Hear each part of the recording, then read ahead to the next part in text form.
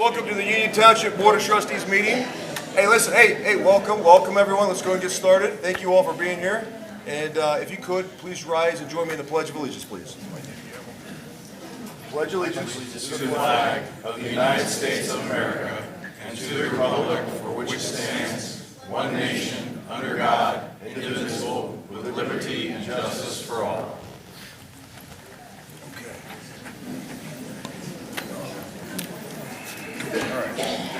All right, everyone, welcome tonight. And Mr. Campbell, let the record reflect that all three trustees are present. Is there any correspondence tonight? Yes, sir, I have quite a few. The first one is a letter from Tate Township. It says, "Dear Union Township trustees, on behalf of Tate Township, we want to express our sincere gratitude for your generous donation of the 2016 Ford Explorer. Your support strengthens our ability to serve our community effectively, and this vehicle will play a meaningful role in helping us carry out our mission. Your commitment to supporting local organizations makes a real difference. The Ford Explorer will enhance our operational capabilities, improve our responsiveness, and allow us to better meet the needs of those who rely on services. Thank you again." And it's signed by John Wilson, Chairman of the Trustee Board, and Christine Steinley and Russell Durbin, trustee. Also have three donations that were made to the township. The first one's for $1,500 from Snapdragon, Cincinnati. $1,500 donation for the gym. I have from Dennis Toll. He donated $350 for rescue squad help for the fire department, amount of $350. And then the last one's for $75 to the Union Township Fire Department. And it is from Mount Moriah UMC Women's Organization. Lastly, I have a liquor permit. It's a new permit. It's for Tobala, T-O-B-A-L-A, Cantina and Grill LLC at 4440 Glenassie-Williamsville Road, Union Township, 45245. There are no issues with it. The police department has no objections. Mr. Wright has ensured that it is properly zoned. That concludes the correspondence. Well done, Mr. Campbell.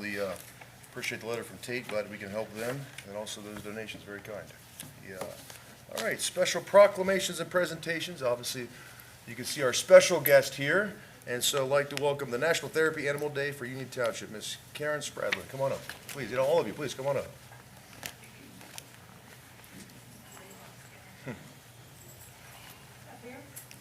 Yeah, please. Yeah, right up here, please. Yeah.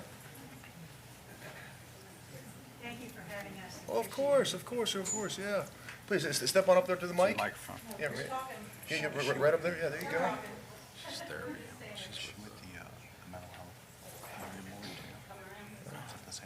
Well, you have the mic, miss. The floor is yours, please. On April the 30th, Pet Partners International has decided that we are all, across the United States and internationally, going to recognize Therapy Animal Day on April the 30th. And the governor on down has made this proclamation, and the Union Township trustees were good enough to make the proclamation for our community, so I appreciate it. This is Nancy with Minnie, Tracy with Cassie, Maureen with Judy, and this is Lauren with Dixie, and this is Baxter. Fantastic. Well, ladies, thank you all for being here. And is there any specific stories you'd like to share with, pertains to therapy dogs, or some kind of testimony? We don't take all keep you here all night. We've got so many stories. Yeah. The stories we like the best is when someone says, "Baxter saved my life." So depending on what it is, we've all heard it, and we are so grateful that we can be part of it. Fantastic. We're just the transportation. They're the ones that do it. Fair enough. Yeah. Yeah. They bring a lot of joy and a lot of smiles all around the tri-state. Oh, of course. Mr. Baker, you have anything? No, I think it's, I think it's great. Love what you're doing. Mr. Loke, anything? No, I think this is wonderful, and just look forward to making the motion to pass this resolution to make it Animal Therapy Day. You got it, Thank yeah. you. Well, ladies, give me 1 minute before you step off. I have this proclamation to give you. I'll read it very quickly. And gentlemen, I'll entertain a motion to approve Resolution 2026-26. It's a resolution declaring April 30th, 2026 as National Therapy Animal Day right here in Union Township, Ohio. The Board of Trustees here in Clermont County, we met today, and whereas there are thousands of pet partners, therapy animals, teams servicing communities across the United States, whereas Pet Partners has designated April 30th as National Animal Day. And whereas these exceptional therapy animals who partner with human companions bring comfort, healing to those in need. And gentlemen, is there a motion? So moved. Second. Mr. Campbell, roll call. Mr. Becker? Yes. Mr. Logue? Yes. Mr. Dills? Yes. Motion carries. All right. Ladies, we'll come on down here and have a picture with you. Yeah, absolutely.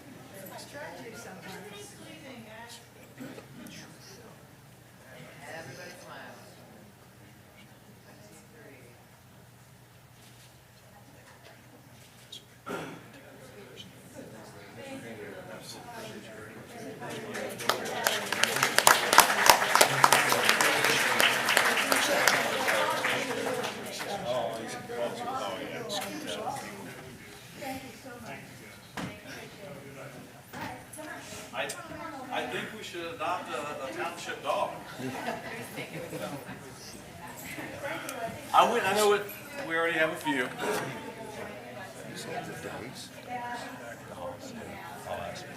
Bill Haas? Yes.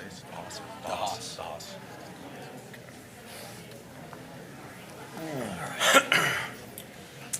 All right, next up, we have for our Clermont County Senior Levy Services, Bill DeHaas, our Executive Director. And coincidentally, Bill and I, you were in the same class, weren't we? The Lee Claremont class. Lee. Yeah, was it 2 years ago? Year ago? I'm a horrible judge of time. I know. About 2 years ago. Yeah. So, the floor is yours, sir. Go ahead. Thank you. Thank you for the opportunity to speak this evening. A little upset you made me follow all those Right? as dogs. That's hard to follow. But again, my name is Bill DeHaas. I'm the Chief Executive Officer for Claremont Senior Services.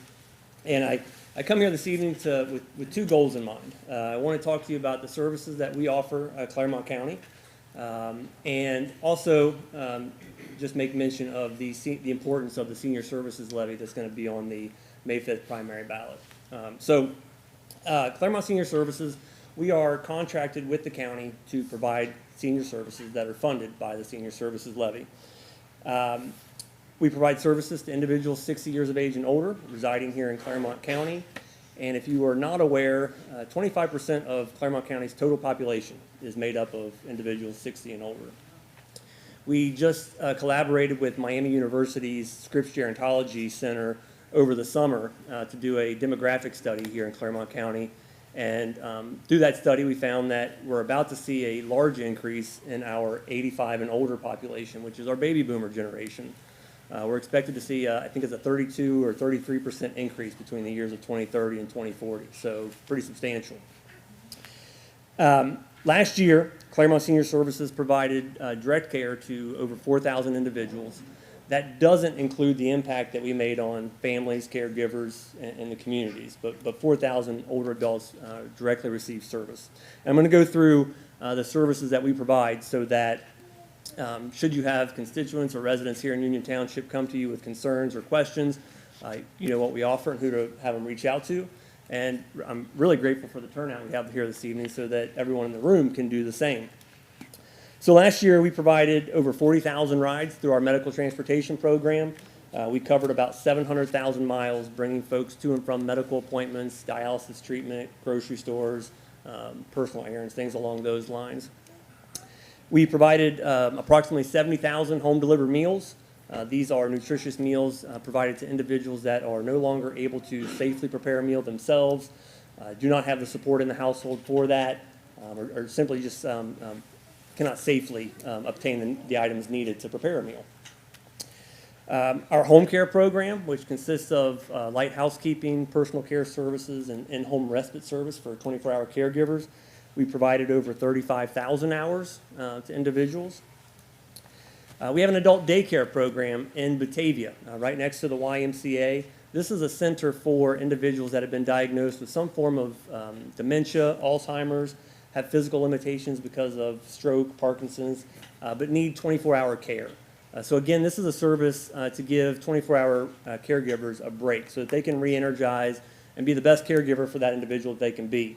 We found over the years that being a stressed caregiver not only impacts the caregiver themselves, but the individuals that they're caring for. So this is an incredibly important program. We provide transportation to and from the center. We provide meals throughout the day and programming there at the center that's geared towards at least limiting the continued decline. So various programming around cognitive skills, motor skills, things along those lines. We also have 2 lifelong learning centers, what most folks know as senior centers. We have one right here in Union Township that we are very thankful to have right next door. And we have one at Miami Township at the Civic Center there. And last year there were over 22,000 visits to those centers. It's an opportunity for older adults to come and socialize with their peers, participate in various forms of programming that we have to offer there. Of course, we have folks that still love to come out and play bingo, play cards, but we have a lot of health and wellness programs, exercise programs, art programs. You name it, we have it, and we're fortunate to be able to offer that to the community here in Union Township and across Claremont County. Another program that we have is our Adult Protective Services program. That is a state-mandated program that's usually housed under the Department of Job and Family Services, but about 20 years ago, the Executive Director of Job and Family Services and my predecessor came together and decided to put that under Claremont Senior Services for the simple fact that when we get referrals of abuse, neglect, exploitation, we have all the resources under one roof to be able to limit whatever that might be, to get them the care that they need. And last year, we had over 700 referrals of abuse, neglect, and exploitation here in Claremont County. Again, it is a state-mandated program. We get some state funding for that, but it is only a fraction of what's needed to investigate that many referrals on an annual basis. We have a home repair program as well. That program, the only piece of it that is funded by our levy is the one staff member that coordinates all the home repair. Everything else, we go out in search of grants to provide for materials, labor costs, but we're able to go out and build wheelchair ramps, install grab bars, handrails. We do some light plumbing and electrical work for individuals. And so those are the programs we have. And what I forgot to mention at the very beginning, you know, the mission of Claremont Senior Services and really the mission of the Senior Services Levy is to keep older adults in their homes, living in their communities safely, independently, and with the dignity that they deserve. So everything that I just mentioned to you is with the intention of keeping those individuals in their homes and out of nursing facilities or other situations. So that's everything we have to offer. As I mentioned, the Senior Services Levy is going to be on the May 5th primary ballot. It is a renewal. We have not asked for an increase in 20 years, so no tax rate does not change, no new taxes there. For an individual homeowner, it is $26 a year for a assessed value of $100,000. That breaks down to $217 a month or 7 cents a day. So that funding, or that property tax levy that I just mentioned, funds everything that I just talked about. And it is, the return on investment is incredible for Claremont County.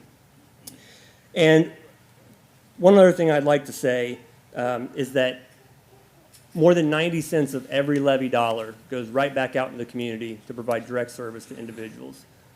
So we do not have, you know, bloated salaries within our agency. We've got about 100 people that work for Claremont Senior Services, and as I said, more than 90 cents goes right back out to provide all those things that I just mentioned. So What I ask is that when everyone goes out on May 5th to complete their civic duty, that they keep in mind all the services that I just talked about, and how impactful they are here in Claremont County. They really are vital to the community, and we've been gracious stewards of taxpayer dollars over the many decades that we've been in existence, and we're thankful for that support that we've been given. Thank you, Bill. Yeah. Mr. Becker, anything? No, really just a comment. Senior Services has been, a great organization and served a lot of people. I've never heard any complaints. I know a lot of people rely on it, and your organization.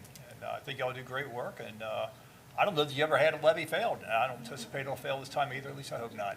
I hope not, but I appreciate the comments. That's all, Chairman. Mr. Luke, anything? No, I'm good. Appreciate all the information that you've provided. Thank you.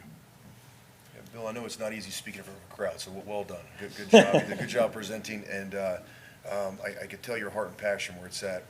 My mother's used the bus services many times when my sister or I couldn't take her to her. So, full support on this. You're more welcome to say that I personally, fully, all three of us that we support it. So, absolutely. I don't think you're having a problem with the passing, but appreciate everything you do very much. Appreciate that. Yeah. I've been with the agency for 20 years, Yeah. and everyone has a passion for what we do. All set. So, So, thank you all for your time. Thanks, Bill. Appreciate Thank you for your time. Thank you.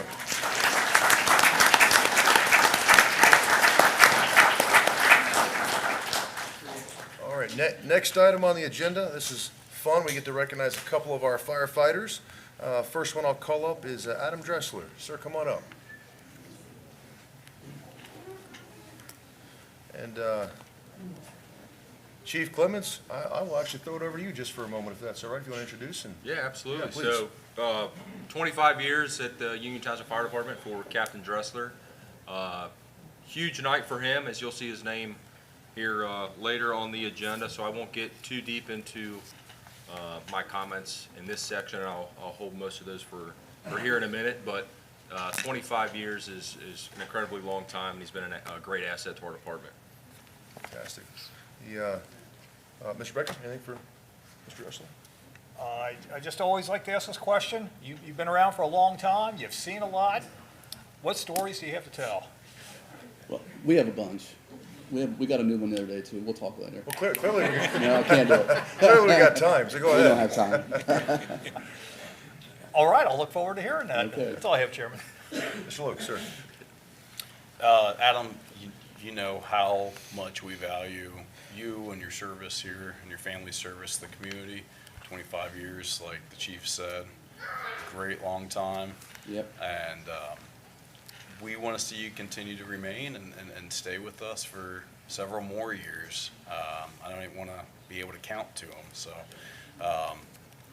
above and beyond that, you're engaged and involved in the community, and that's just to me, it's always deeply touching at how well you and all the members truly get engaged and involved in the community, because you just got hearts of public service, and that's what I think everyone gets into it to begin with. So I see that and acknowledge it. Thank you. Thank you.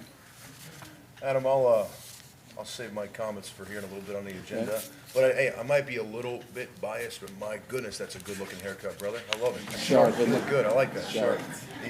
To 25 years, thank you, sir, very much. So congratulations on Calls a this little bit award. of that. What's that? The 25 years, it calls a little It bit. does. So if you could, by the way, is your family here?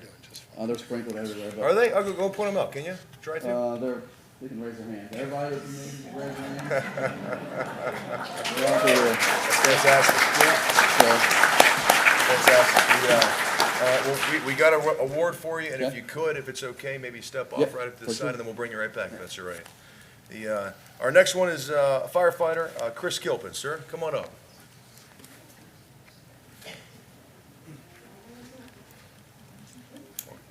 How you doing, Chris? Good, how are you, sir? Good to see you. Good to see you. Mr. Becker, any words, sir? No, this is your opportunity to tell stories. If you want to address the board directly, here we are. I probably don't have anything rated for general audience.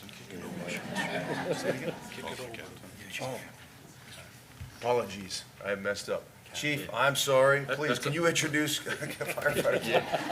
My bad. Thank you. You're welcome. As he was walking, I think he was waiting for some music or something to be playing there.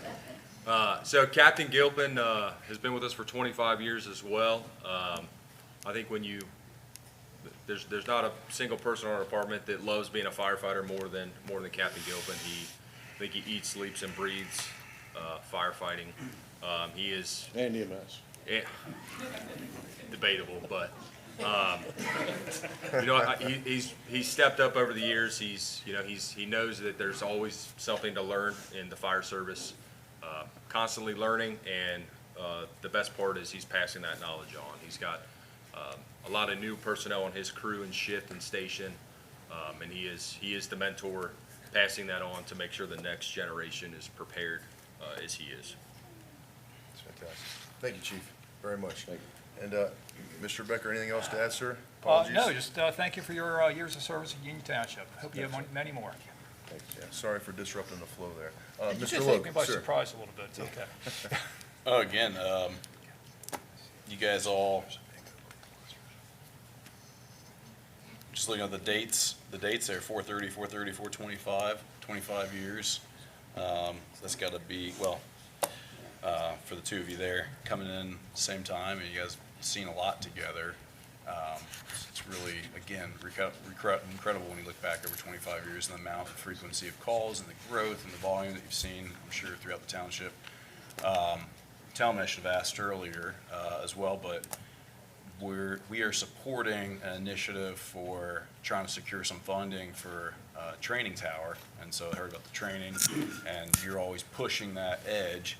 You got anything you would share about the advantage or benefit that would be to the community?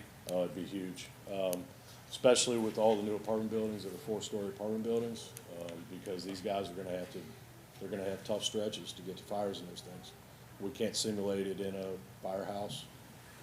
We have to be able to go vertical. They're gonna have to be vertical stretch masters for getting hose there, ground ladders, all that kind of stuff. We just can't. We can't simulate it anywhere else. Yeah. So as realistic of a facility as we can possibly get, we'll prepare them for the future. Well, thank you. I think about that this is all the downstream flow of, sometimes when you, again, have a heart of a public servant and there to serve the community gives you different resources or opportunities, and here we are with this one, like you said. Now we've got to be reaching higher and setting the bar a little bit different direction for the fire department. We appreciate it. Thank you. Thank you. Thank you, Mr. Logan. Chris, you got your family here? No? Solo tonight. Yeah, okay, appreciate you very much, and 25 years, so that was right before 9/11, that's how long you've been here, so thank you very much for your service. Yeah, we're honored and blessed to have you on the team, and I agree with what Chief said. It's fantastic that you've been here, your senior leadership, you can mentor the younger guys coming in, so appreciate you very much, sir. Yeah. Thank you. And then we got this award for you, we'll come on down with both of you, that's all right, yeah. Thanks, gentlemen, appreciate you. So did Isaac.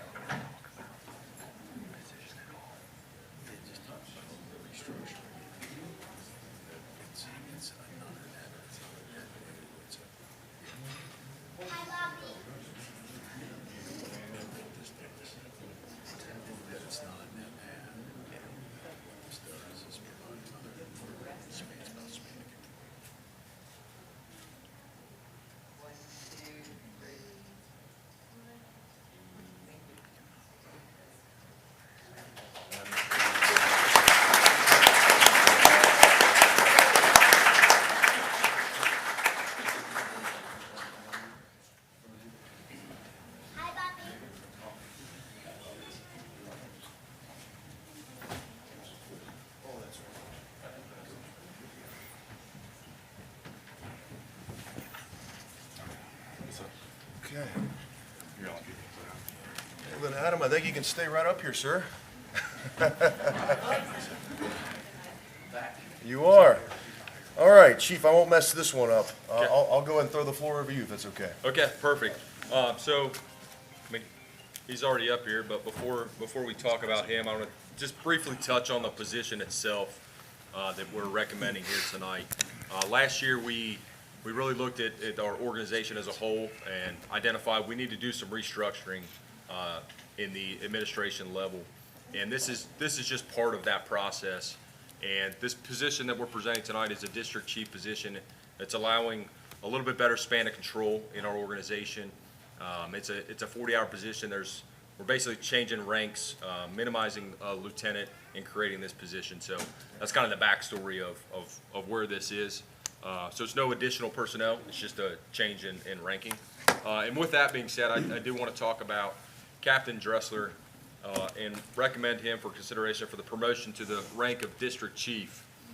As we recently just found out, Captain Dressler was hired full-time by Union Township in April of 2001, was promoted to the rank of lieutenant in 2006, where he held that rank up until 2025, where he became a captain. He has spent the last 25 years protecting and serving this community with honesty, compassion, and integrity, which are the core values of our department. Adam has filled many roles over his career with heavy involvement in apparatus and equipment purchasing and maintenance, training, grant writing, and heavy involvement with our accreditation process. He is a fire and EMS instructor, a live fire instructor, and a member of our honor guard. He has completed his associate's degree, Fire Officer 1 and 2, with plans to continue his educational and professional development. His positive attitude and vision for this role make him an excellent fit for the position, and on behalf of Assistant Chiefs Mark Fife and Matt Terrell, we're super excited for him to join our command staff. I would recommend the promotion of Adam Dressler to the rank of District Chief at a rate of pay of $105,000 effective April 27th at 2026 at 8 a.m. Thank you, Chief. Yeah, Mr. Becker, anything? Yeah, just congratulations on your skill set being recognized, along with your experience and the promotion being well earned. Appreciate it. Mr. Luke, sir? Yeah, congratulations. Thank you. You also give back time volunteering in the community, right? Yes, sir. There are a few organizations or anything that you would One of the biggest recognize one or is, share? we do some heavy involvement in Sleeping Heavenly Peace. Yeah. There are several firefighters that are involved in that, which is a great organization, so. Can you share 15 seconds? We got a lot of people here right now that. Yeah, so it's an organization that provides beds for kids that don't have beds in our county. We build the beds from scratch. We take them out, we take them on site and put them in and get the kids off the floors. It's really incredible. It's a great organization. Yeah. I just wanted to give you that opportunity to share a little bit about Absolutely. that with the people in the room and watching online. So, just again, another testament to your character and who you are and who you serve with as well. Thank you. Adam, good people, long overdue, much deserved, and you are a fantastic leader, so this position is much deserved, sir. Thank you. So, gentlemen, I will entertain a motion for personal actions to promote Captain Adam Dressel to the position of District Chief effective April 27, 2026, at an annual pay rate of $105,000 per year. So moved. Second. Any more discussion? Mr. Campbell, roll call. Mr. Becker? Yes. Mr. Logue? Yes. Mr. Dills? Yes. Motion carries. Congratulations, Adam. Thanks.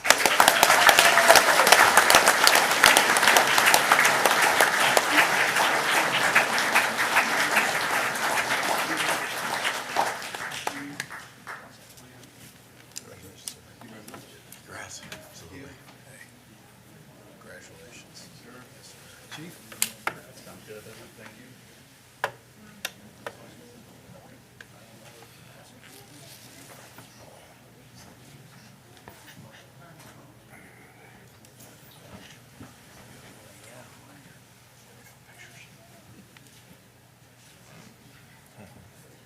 No, can I show you?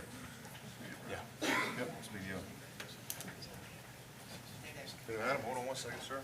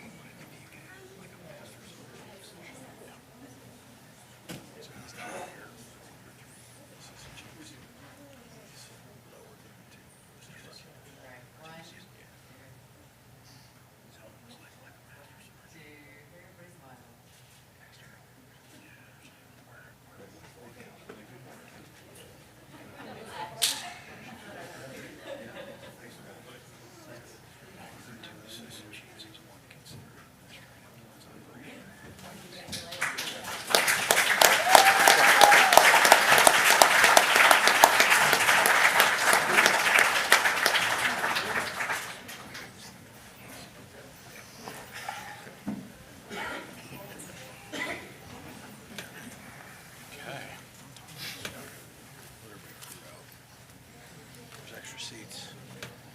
Yeah, Do there's you want to give people a chance to grab some of these seats? Yeah. That's quite a few. Young for your grandpa. 15, 20 seats.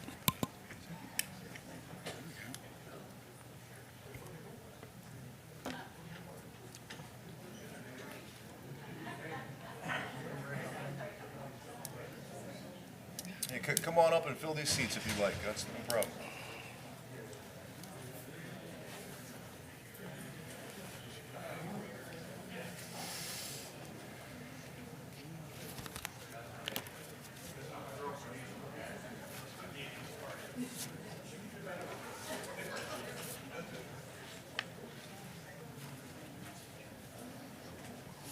Do you have a bunch of comment cards? Anybody else? Did you all want to come in? Yeah, grab a seat, go ahead. And then as you all are taking and filling in the seats, so next up will be our public discussion. If anybody, I apologize, I did not announce this at the beginning of the meeting. If you'd like to speak during public discussion, there's some comment cards back there, and we'll grab them and take them up if there's anyone else. Now, let me also explain the difference, because we have a couple zoning cases tonight. These are separate. Right now is public comments. You got 5 minutes. You can talk about anything you want, whatever's on your mind. And then if you want, you can talk about the zoning case. However, you're probably going to have to come back up again, because when we do the zoning cases, that's when we're going to have you come back up and specifically talk about that zoning case, which is 2-26-Z and 2-3-Z. So, and at this time, and then Ms. R., would you mind checking back there and see if there's any more? All right, so I will go ahead and call up our first one. So with that being said, if you'd like to speak during public comments, it's about anything that's on your mind, now would be your time. And then you got 5 minutes to say whatever you'd like. So the first one I got here, Jason Gordon. Sir, come on up. Is he here? Mr. Gordon? Oh. There he is, okay, yeah. Mr. Gordon, come on up.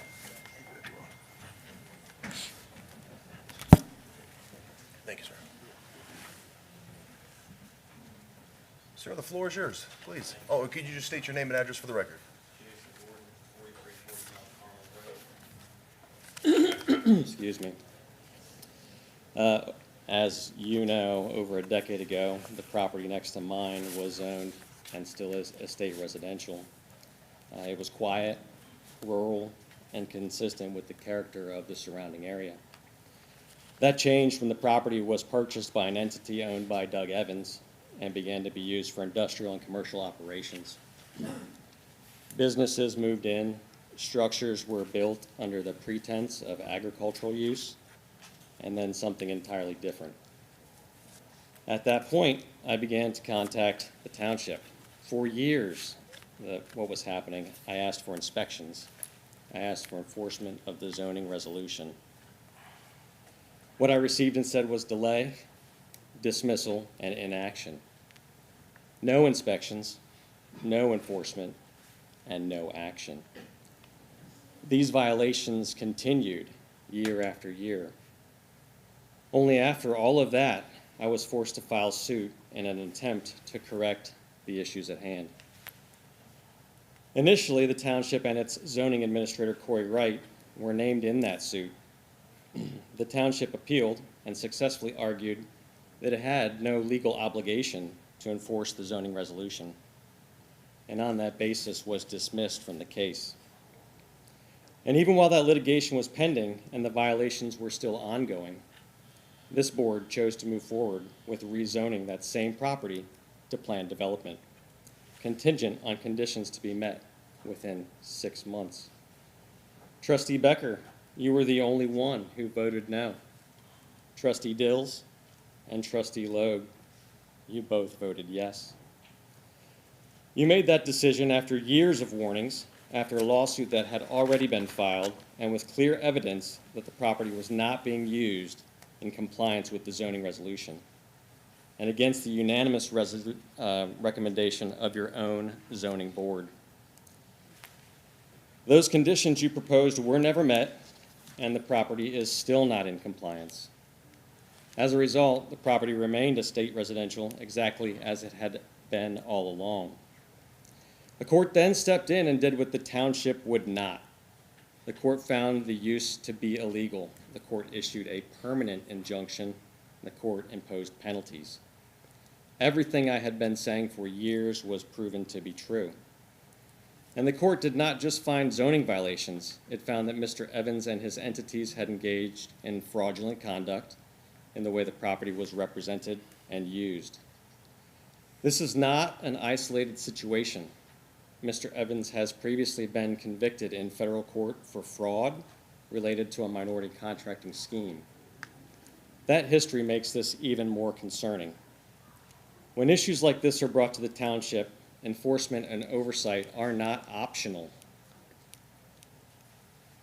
Instead, what happened here is that clear violations were allowed to continue, warnings were ignored, and action was delayed until the court was forced to intervene. Now we are seeing the consequences.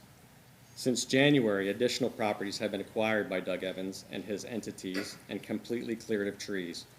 Natural buffers are gone, and now residents in a neighboring subdivision are dealing with the same impacts my family has endured for years, including noise, wind exposure, and the real risk of erosion, runoff damage, and long-term impact to neighboring properties. It is also important to recognize that these impacts have already resulted in measurable harm. Multiple neighboring property owners, including myself, successfully sought significant documented reductions in assessed property value from the county auditor due to the impact of these activities. That context matters because the same pattern of activity is now expanding into new areas and affecting additional residents.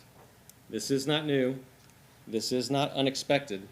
This is the direct result of a township that failed to enforce its own zoning resolution.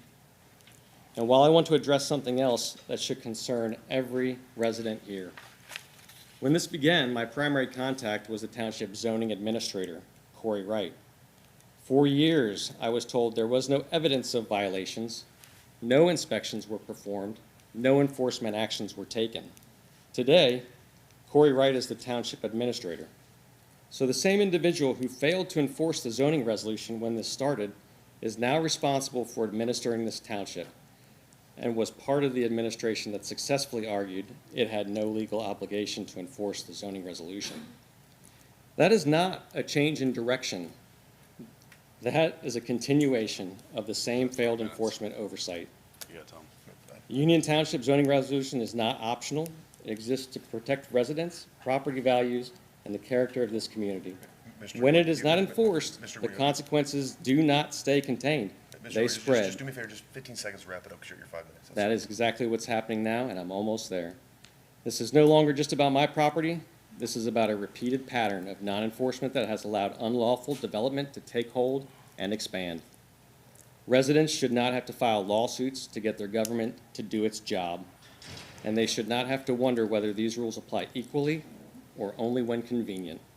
Because if the zoning resolution is only enforced when it is convenient, then it is not really a rule at all. You were warned, you had the opportunity to act, and now other families are living with the consequences of those decisions. Mr. Gordon, are you close to wrapping up? I am close. You're at your 5 minutes, and now you're probably at 6. I'm just, please be, Mike, please be respectful, that's all I'm saying. Can you just- Okay. May I finish? Like, can you, you're kind of. Yes. At a minimum, the 15 township to take immediate Please. steps to enforce the zoning resolution, investigate the current land disturbances, and ensure that surrounding properties are protected from farther harm. The question is now simple. Are you going to continue allowing this pattern to repeat, or are you finally going to enforce the law and uphold your responsibilities to the residents of this township? Thank you for your time. Thank you, Mr. Gordon, appreciate you.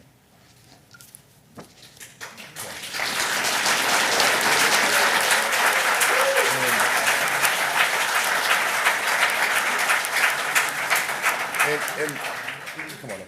And what we'll also do is, I'll throw it over to Mr. Wright after, if anyone else wants to speak on about that same land as well. But I'll let everyone speak first about this, and then I'm gonna throw it over to Mr. Wright as well to comment on it. But, yeah, gentlemen, come on up, if you want to have your card. Okay. Perfect, okay. Yeah, come on up, yeah, that's fine, perfect, yeah. Thank you, sir. Okay, yeah, the floor is yours, sir. Just state your name and address for the record. Hi, my name's Justin Ackerman. I live at 581 Pepper Ridge Road. First off, I'd like to thank the gentleman who came before to talk about senior services. My mother-in-law, she benefits from that greatly. It's helped all of us, so I would encourage everybody. It's so little what they're asking for, and it does so much when you need it. So please consider that. The second thing I would like to address is the speeding on Beechwood Road. In the last month, I've had to pull out 2 teenagers driving down Beechwood right before the bend for the big cow farm. I've asked before, I would even volunteer. I live right on the corner of Pepper Ridge. I have a driveway. One end comes out on Beechwood, one end comes out on Pepper Ridge. I'll give them water, Sprite, snacks, anything they want. Just something needs to be done about the speeding on that road. Somebody's gonna get killed before long. You sit out there at night, you hear cars going 60, 70 miles per hour. And I know we're at the far corner of Union Township, but it's just a death trap waiting to happen. And last, talk about, Doug Evans, the whole windstorm. I don't act to know that I know everything about it, but I know where there's smoke, there's fire. For 30 years, he's been a shady individual, getting away with God knows what through his businesses, everything else. So the question I would ask everybody was, did he violate something doing what he did? Or did the county give him the okay when they shouldn't have? Because something's not right. We've been there 8 years, never been anything like that. And then as soon as he clears out all that property, here we all are. So I'll give the rest of my time up to somebody else. I just ask everybody to think about it. Thank you, sir. Appreciate it.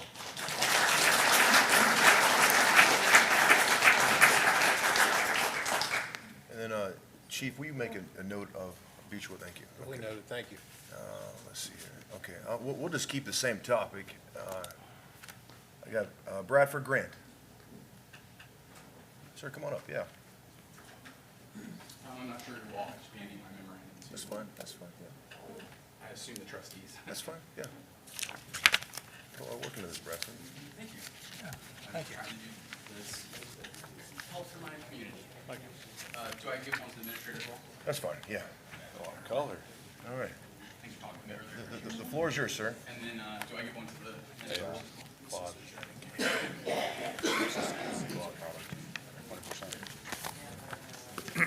I'm waiting for her to get the presentation up. Did you use Claude? Well, in the meantime, I'll say who I am. I'm Bradford Lee Grant. Sorry? Did you use Claude on this? Did I use what? Claude? Great work then. Okay, I should tell you who I am, I suppose. My name is Bradford Lee Grant, and I have a background in urban rural fringe planning. Specifically, I also have backgrounds in natural resources, so silviculture and dendrology. Looks like we're having some problems with the slideshow, so I'll go ahead and get started with some points that I'm intending to discuss here. I was hoping that it'd be up there because there's some really key points that I'd like to point out about this. Hit the, click share off and then click it back on.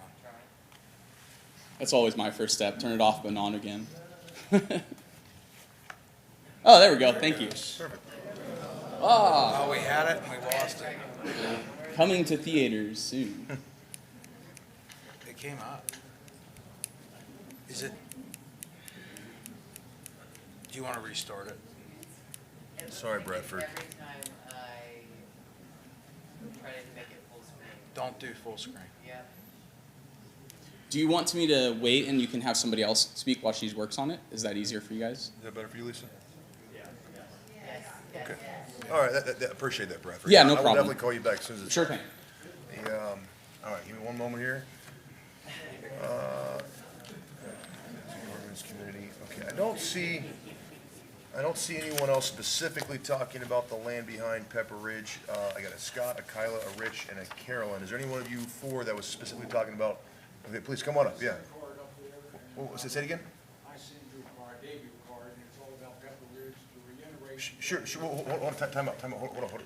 What's your first and last name, sir? John Ferguson. John, okay. Well, please come up to the podium. John, oh, I see. My apologies, you're right. All right, John, please, come on up, just state your name and address for the record, sir. My name is John Harbison. I'm glad to be here, gentlemen, ladies. I am, and my wife is, from Pepper Ridge subdivision. We live at 537 Oregano Drive. We have been there for 39 years. Our home was built by a gentleman called Irv Barber. He developed all of Pepper Ridge 40 years ago. His wife named all of the roads in Pepper Ridge from spices, hence Oregano Drive, Nutmeg Knoll, Pepper Ridge Road. How Sesame Street got in there, I don't know. Maybe she liked Big Bird. Beautiful place to live. We moved there 39 years ago, purchased a 1-acre lot. Irv told me what it was going to be like. It's loaded with trees, beautiful scenery, large spaces between homes, and icing on the cake, there's a creek behind the house. We are talking about lot 101 on the west side of Oregano Drive. At that time, it went down to a dead-end cul-de-sac before a private drive was built going even further down Oregano Drive. Fast forwarding 39 years put us in March of this year to a new situation which has occurred and is affecting probably most everybody in this room. We have witnessed, by way of Doug Evans, again, the total destruction of all of the land growth and tree growth behind Pepper Ridge subdivision. There is, and when we moved in, I asked Irv Barber about this. I said, I like where we live. I want to purchase this lot. Well, what's going to be behind me? All we can see is trees. Trees are a valuable asset to everybody. He said, don't worry about it. There can never be anything built there because there's only 50 yards of flat space behind Pepper Ridge, and then it drops off drastically to the valley bottom below. I said, great, you've sold me. Nothing's going to be back there like our existing subdivision. It's beautiful. We're moving in. He built us the home. Everything's been honky-dory for 39 years. Now we're in March of this year. We've heard nothing but bulldozers plowing whatever down in the valley. The gravel pit noise has always been there, but in the wintertime is the only time you really hear it because there's so much woods at play that it blocks, by way of the tree canopies, all the noise coming from down in the valley. Now, middle of March, a gigantic earth-moving machine found its way to the top of the ridge, right behind Pepper Ridge, and my wife and I looked out the window and see this gigantic earth-moving machine grabbing the trunks of 100-foot trees, shaking them back and forth, and jerking them out of the ground, just like you would a weed being pulled from a garden. I looked at it and said, well, it's finally happened. I guess the bulldozers have created a path through the woods up to the top to let this piece of machinery come up there, and now we're going to have a cell tower behind Pepper Ridge. Well, that would have been good, except the machine kept going, and it worked its way all the way across the backside of Pepper Ridge, jerking every tree out. Now we have a fantastic view of the valley from our property. We also have a lot more noise because there's no trees. So I took it upon myself to go down to the creek below, which I haven't been in years, and walk the creek on a Sunday thinking nobody would be there to see what was going on. I did this, climbing down into the creek, or major, I guess you could say falling down into the creek, because I'm 82 years old and I'm not sure-footed like I used to be. The creek was beautiful. Stones, ponds of water, trees hanging over the creek, just like it had been when my boys used to be at home and hike that creek all the way down to Round Bottom Road 20 years ago. Nothing had changed behind our home. As I walked down the creek over these large stones and the little waterfalls going over these stones and creating a serene environment, I noticed it got brighter 2 houses down. When I got to the old fence line, which is still there, which was property owned by a farmer, I was astounded at what I saw. I stood at the fence line in the creek, watched the water come down around my feet and vanish underground. Went away. Now, there's not a lot of water flowing during the wintertime. I'm thinking to myself, if we have this little bit of water flowing now and it's vanishing underground, going Lord knows where, I guess it finds its way down into the valley, what's going to happen in the summertime when a gigantic rainstorm comes? Everybody's yard is like concrete, all the water runs into the creek, and now behind our house it is 1 foot deep, 5 feet wide, thousands of gallons a minute flowing down the creek. I'll tell you what's going to happen, and you don't need a degree from Georgia Tech to understand this. The creek isn't there anymore. There are no trees, there are no bushes, there are no stones, it's all dirt. It has been filled in totally. It's 3 times wider than it used to be. It has a base of dirt, mud, and leftover tree debris, which has been torn down. I'll tell you exactly what's going to happen. All of these thousands of gallons of water are going to meet this turf or this dirt dam until it backs up the creek and it overflows and it carries millions of pounds of dirt down into the valley until it eats away and finds its way down deep enough to be where the creek used to be, over the rocks. All of this dirt and junk is going to all flow down into the valley. There's no way it can't. So I'm thinking to myself, oh, this will be a great problem for somebody else down in the valley. I don't know where it goes. I think when my boys used to walk that way, it went down to Round Bottom Road, if I'm not mistaken. Mount Carmel Road. Okay, so it went to Mount Carmel Road. I'm standing there looking at this, and I might as well have been standing in the middle of a desert. 15 feet up on both sides, creek bed. 6 months. Okay. You have to just. All right, 15 I'll minutes, wrap it sorry. up. I had a lot to say, It's okay. It's okay. but I'll wrap it up. This was one of my main concerns, this creek and all these trees. Every bit of growth is gone. So I wondered what it looks like out of the creek. So I slowly climbed up to the top behind Pepper Ridge. There's nothing there. There is a dirt view going from the back of Pepper Ridge all the way down the valley to the gravel pits. Nothing whatsoever. It's all gone. And I'm thinking, what idiot gave this guy a permit to do this?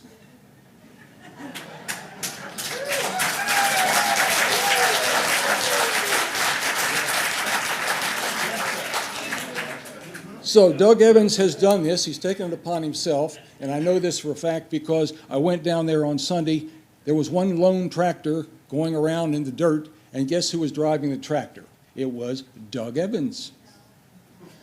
I thought he'd come up and say, get off the property. No, he came up and said, hop in. Are you from Pepper Ridge? I said, yes.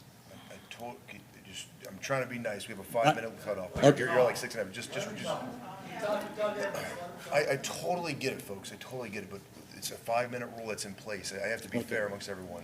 Well, All I'm asking is just maybe 15-second wrap-ups. I'll make it real quick. Doug Evans told me point blank after I asked him what he was going to do with the property, why he tore all the trees out, why all the roots were ripped out, what was going to hold the hill together. And he said, oh, we're going to seed it. It'll be all green in a week, and we're going to have cattle and sheep on it. I said, cattle and sheep? Are you kidding me?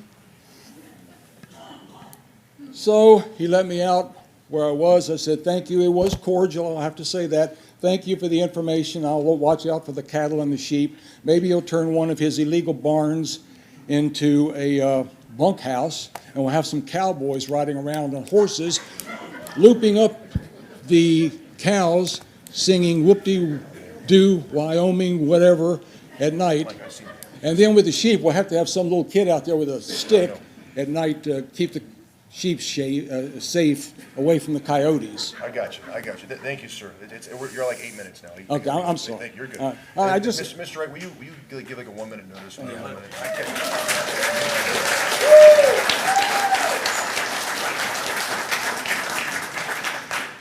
Okay.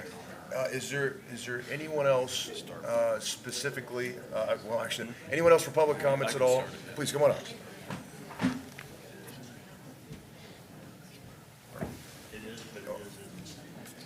Lisa, did you get that to work yet, or no? I think the images are too large. I Oh, tried okay, pressing that's all right. PDF and JPEG. Okay. Tim, please state your name and address for the record, sir. Oh, you got it? Well, Don't talk too loud. Don't touch it. well, he's already up. I'll let Tim finish, and then we'll go. Okay, And then, by the way, thanks. Mr. Wright's going to let you know when you have 1 minute left. That's right. Okay. But the floor, please state your name and address for the record, sir. Is that 1 minute? There we go. You have 5 minutes. Oh, yeah. Tim Curry, 533 Old State Route 74. My question goes back to Doug Evans's original problem with the agricultural buildings that he built. If they were illegally built under the agricultural exemption, why are we not seeing them torn down because they're illegal structures? Are there any building permits on them? Is there any zoning that would allow them to He be can answer, here? but it's going to take part of your time. So do you want to wait till the end? No, Mr. Wright's gonna address all I'm that. asking questions and I'll let sure. Corey. Please, okay. Okay. So the lawsuit regarding zoning noncompliance was settled. He has 180 days to get building permits. There's been zoning certificates issued. They are in compliance with the resolution that was adopted. Mark McCormick went up there. I went up there, walked the whole thing. They have 180 days from like January to get building certificates. To get building And if certificates for the- every one from of the those coun- buildings? Well, from the county, yes. County, yeah. And if they don't get building certificates, then we're back to square zero again. So it continues, Okay. but 180 days, So you see the consequences Correct. of the whole scenario going, and have we ever finished with the EPA and all of his problems with the EPA? Have those ever been finalized and the landfills and? I don't know the answer to that question. They don't really talk to us. In fact, I can tell you that there was an incinerator that transfer station added that the EPA approved without any knowledge to the township that we actually just shut down on the other side of the township. So they don't talk to us. I'm sorry, I shouldn't laugh, but, I mean, yeah. yeah. I'm a state certified inspector in electrical work too, so I understand very well what happens when might meets the common citizen. So, but I think you guys have an opportunity here with this one to get ahead of it, because he is required to have had a grubbing and clearing permit From Claremont County. from Yes. Claremont County, and a soil erosion permit, which From- is designed by a soil engineer, and that needs to be maintained throughout the entire grass growing season, et cetera. WMSC for the county portion, I'm not sure about Hamilton County's regulations, but I believe their regulations are more stringent even than Claremont County's are. I believe so too. So, yeah, you're just, all you're doing is pushing the cow down the road instead of doing something about it. As far as what? Have Enforcement? you verified with the county that he's got the permits? I think we actually, we have been in correspondence, we've talked. I think Mr. Grant actually has filed complaints. I don't know where they are. I know we had complaints at Terrace Ridge, and Yeah, well, No permitting so far. no permitting. For Okay. what it's worth, now, because we do have other public comments, if you can pause this time. Yeah, I'll pause it. I'm gonna let Mr. Wright talk in depth Yep. about an update, and then I'm gonna personally give my comments as well. Okay, And I'll thank give the you. two trustees the opportunity as well, but it's for what it's worth. So, Yep. so I'm gonna wait for all the Evans folks to talk, and I'm gonna absorb it all, I'm taking notes, and then I promise you, we'll talk Okay. as soon as everyone's done. We have Mr. Grant's. Okay. Would you want me? Gotcha. We'll let this gentleman, I think. Okay. All right, no problem, yes. So come on up, yeah. apologize, it's a little small. I think your images are too large, but does that work for you? Is that okay? That wasn't the intent, but I'll be able to describe it in full. And I can, most of these images are, well, all of them, are in your memorandum, so we'll help you contextualize it as well. So my name is Bradford Grant again, and right here, I'm going to help describe this a little bit. So right here is just the geological bedrock map of Ohio. And specifically right here, you're going to have two specific Ordovician period substrates. That is an OK designation, or COPE, and then Miamitown Shale. Those two specific designations are going to give you, well, here we go. Let's see if the slide works. This is the most important part. All right, yeah. Those two specific designations give you a very big chance for landslide. In fact, when you look at it from a topological perspective, it's the most expensive to remediate in the United States. It competes with San Francisco in costs to remediate. This is the slope at the midpoint of the primary source of the grubbing process. It's a 29.3%. Most counties designate that at a 20%. In this county, you guys put that under FA management, but it should be noted that this is, even in the verbiage, it specifically says that this is a critical slope stability concern. And that is how you would read this if a geologist would come to it as well. So at the midpoint, following that same topological, we see a 45.9% slope at a 10-foot run. And then onto the next slide, there's a 23.7% slope on the second parcel. And then at the 10-foot distance at the steepest point, you have a 44.4% slope. All of those exceed what an expert would say, and myself would even say with soil sciences background, is a stable ground for this. So you're going to see massive sloped. The biggest factor, I guess I should say, is that you're going to see toe slope. And if you don't understand that, basically instead of like a landslide, you're going to see at the bottom the toe starts sliding out. And that's why when you go on like 50 or Union Parkway and you're coming around the Ohio River, there's those big retaining walls and then just trees that look unkempt. That's because of this particular type of Ordovician period substrate. It's called the Cincinnati Arch, if you remember 4th grade life sciences. Okay, next slide. These are the particular non-exhaustive list of unpermitted heavy development activities that I have reported fully at this point. They've gone to a point where they've met nothing in relation to sediment control, and that is really the biggest concern here, because at that point, you're getting to a point of potential public safety emergency. This is not something I'm trying to say to be alarmist. I'm trying to inform you as a soil scientist background that this should be taken very seriously. WMSC has come out and they have filed their specific designations already, that this site, on the largest grubbing site, is already dedicated as DB in violation. So it's already been noted, this compliance has already been met from the WMSC side of things. Moving on to our next slide, here's just the April 9th, you can see the grubbing process. I don't have a oblique image that will give you the entirety of the process, but that's at the point of start. The main process happened between the 19th through 22nd, and that is the slope that you can see now. What they've done is grading, grubbing, filling, excavation, storage of heavy machinery, and then they followed that with soil pulverization using a soil pulverizer. That smooths the land. When you smooth the land and you have no topographical shape anymore, the only thing you have left is this shape and then that huge ravine that you can see there. Which brings me to the primary reason that the neighbors are concerned, is topological funneling. If you just, we almost made it. Well, I'll just keep going through this and maybe you guys can see this on your slides as well. So topological funneling is one of the major concerns for all the neighbors at this point, because the topological funnel that happens is where, if you think about a piece of water, a pipe of water, when you go to a smaller pipe, you have a change in pressure that increases velocity. That's the same thing that's happening here. This is the only break in that hillside, and Mr. Evans has cleared all the trees below in the river valley. So you have this big basin of space and stored wind and sound, etc., and now all that funnels through this particular property in a long straight line. That comes with no setbacks, no diffusion whatsoever, directly into the Pepperidge community. I tried to warn neighbors the night before this happened. And this is the key point that I want to note to you guys, page 20 of your memorandum, you'll see the particular piece of evidence that shows the topology that goes up the hillside here. And those arrows that are drawn there show the topological movement if you were to follow it from like sound, wind, things that are intangibles, right? So then if you move to your next page, this is the actual new grubbing, and then they've done grubbing on previous sites. The previous sites have a setback, like a buffer, but this doesn't have anything. and it's a steeper slope. Next slide, or next page.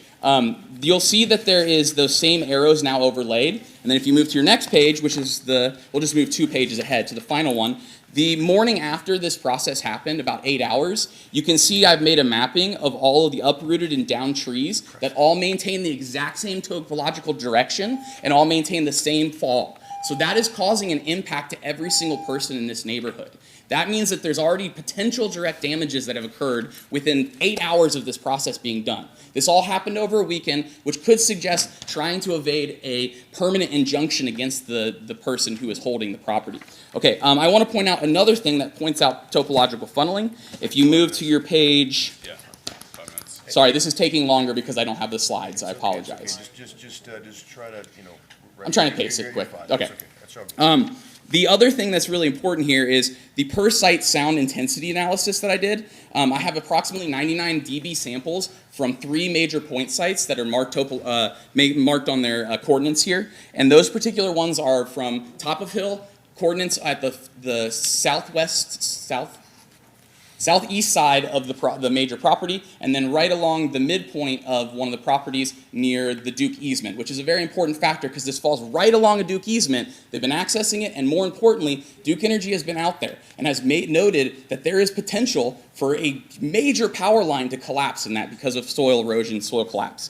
But the biggest factor for us in the neighborhood is that there is a calculated off of DBC, which is the one that would be relevant to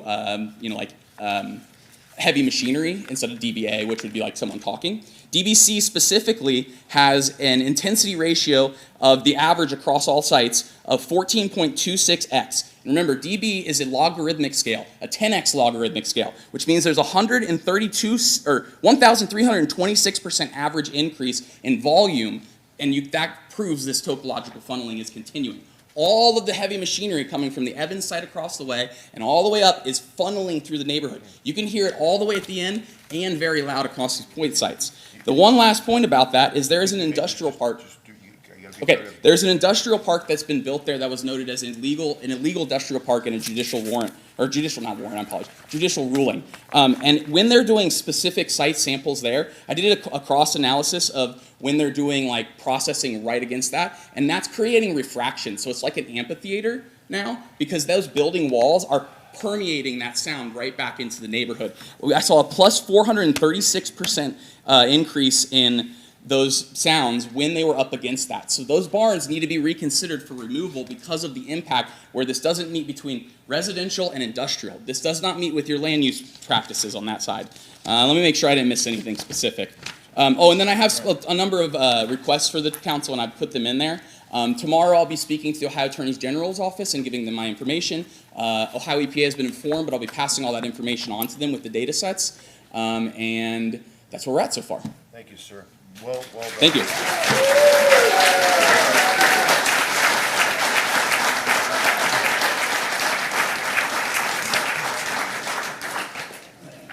Okay.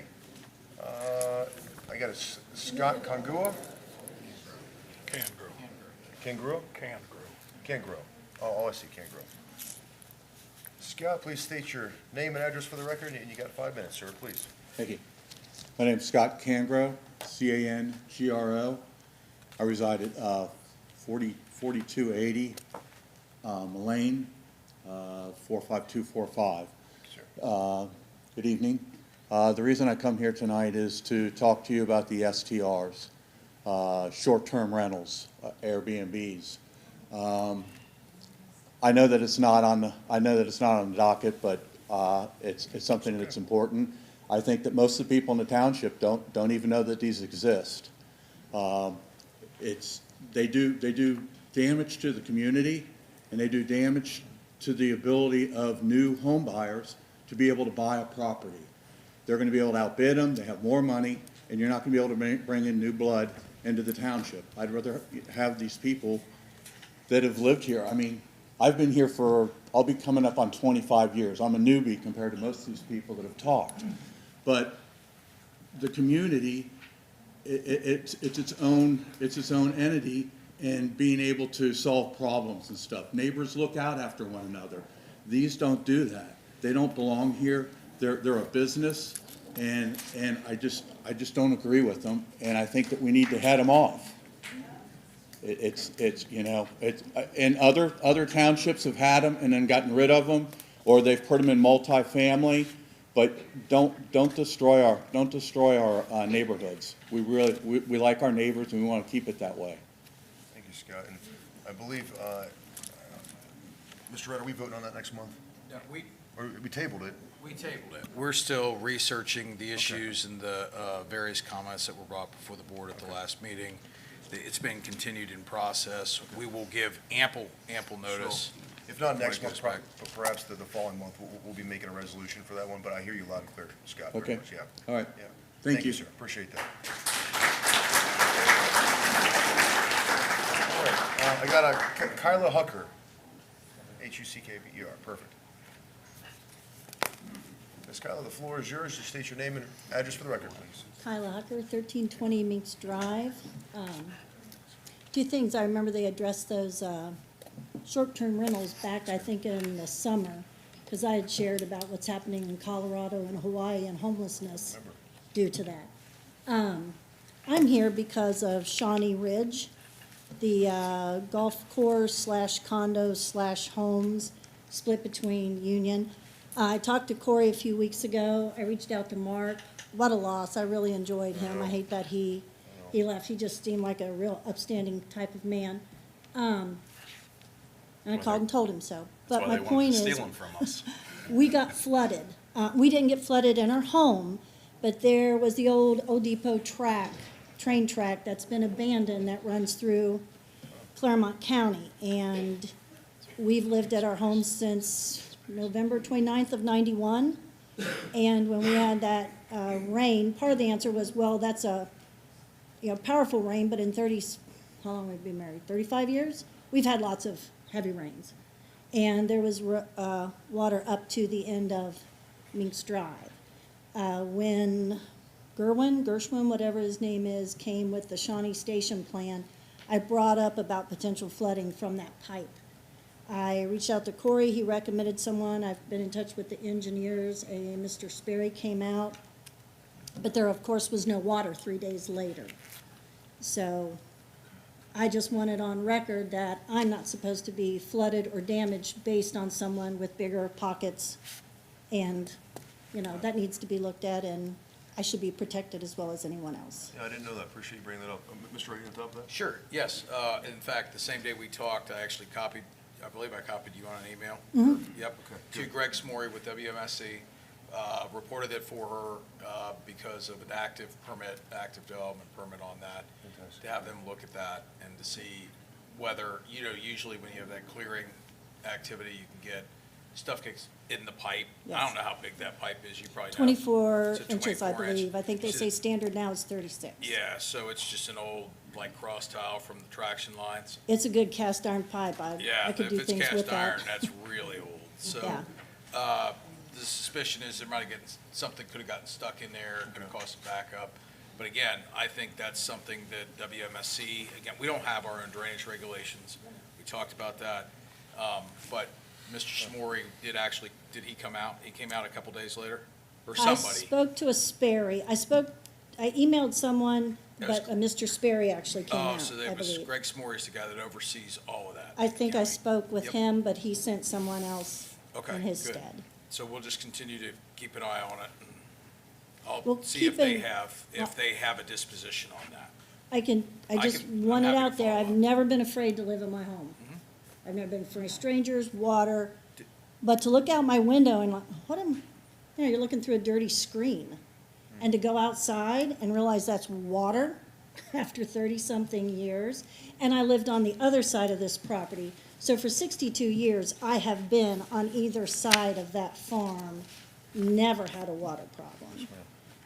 But I know Mr. Tom Nickel owned that property from the time I was born until he passed, and then it went in Charles Ricky's executorship, but Mr. Nickel always took care of that. Once somebody buys, they sell, they're on to their next project. And they talk about O&H, because I mentioned it here at the meeting, O&HOA will take care of that. Well, HOAs are being taken to court and they're failing in certain parts of the country, so who will be in charge of that if HOAs are found unconstitutional, whatever? Who's gonna maintain a pipe? It's not my job to maintain a pipe, that is not my property, but I should be protected. So I don't know who writes these HOA laws, and if they have someone mowing the grass once a month, what if it rains 3 weeks in between the two, the mowing sessions? I just want to be protected. I think I'm due that. I think I'm owed that. I think my family's owed that. I think anybody in the township is owed that. Not owed like you owe me, but that's just something that you believe you have. I don't live in a floodplain, so I shouldn't be having water. It flooded my neighbor, my property, but not my home, and that shouldn't happen. So. I agree. Thank you, Ms. Carl. Appreciate you. Sure. So they can't do anything basically Ohio drainage law is you have to accept the water that comes across your property and you have to release it. You can't do anything to like impede it to where it backs up on people. Sure. And you can't do anything that discharges, let me repeat this, that discharges it at basically a greater rate than pre-development. That's the extent of my knowledge, only from when I worked in the subdivision department 20-something years ago. But, I'll follow up with Greg tomorrow and just find out what the disposition on that is, whether they have to remove that pipe, whether they have to improve it. I don't know. We don't really see those construction plans, so. Appreciate that, thank you. Yeah, okay. I can't say it wasn't debris backed up, but it needs to be maintained. It Yep. was exactly debris. Debris. But even when this, whatever they call it, rubbing or whatever that stuff is, there's always gonna be people's trash. Sure. There's always gonna be stuff. It's not gonna end. It may lessen, but it needs, the pipe needs to be. They have to maintain it. Thank you. All right, is there a Miss Carolyn Lutensley? Is that correct? LautenSlo?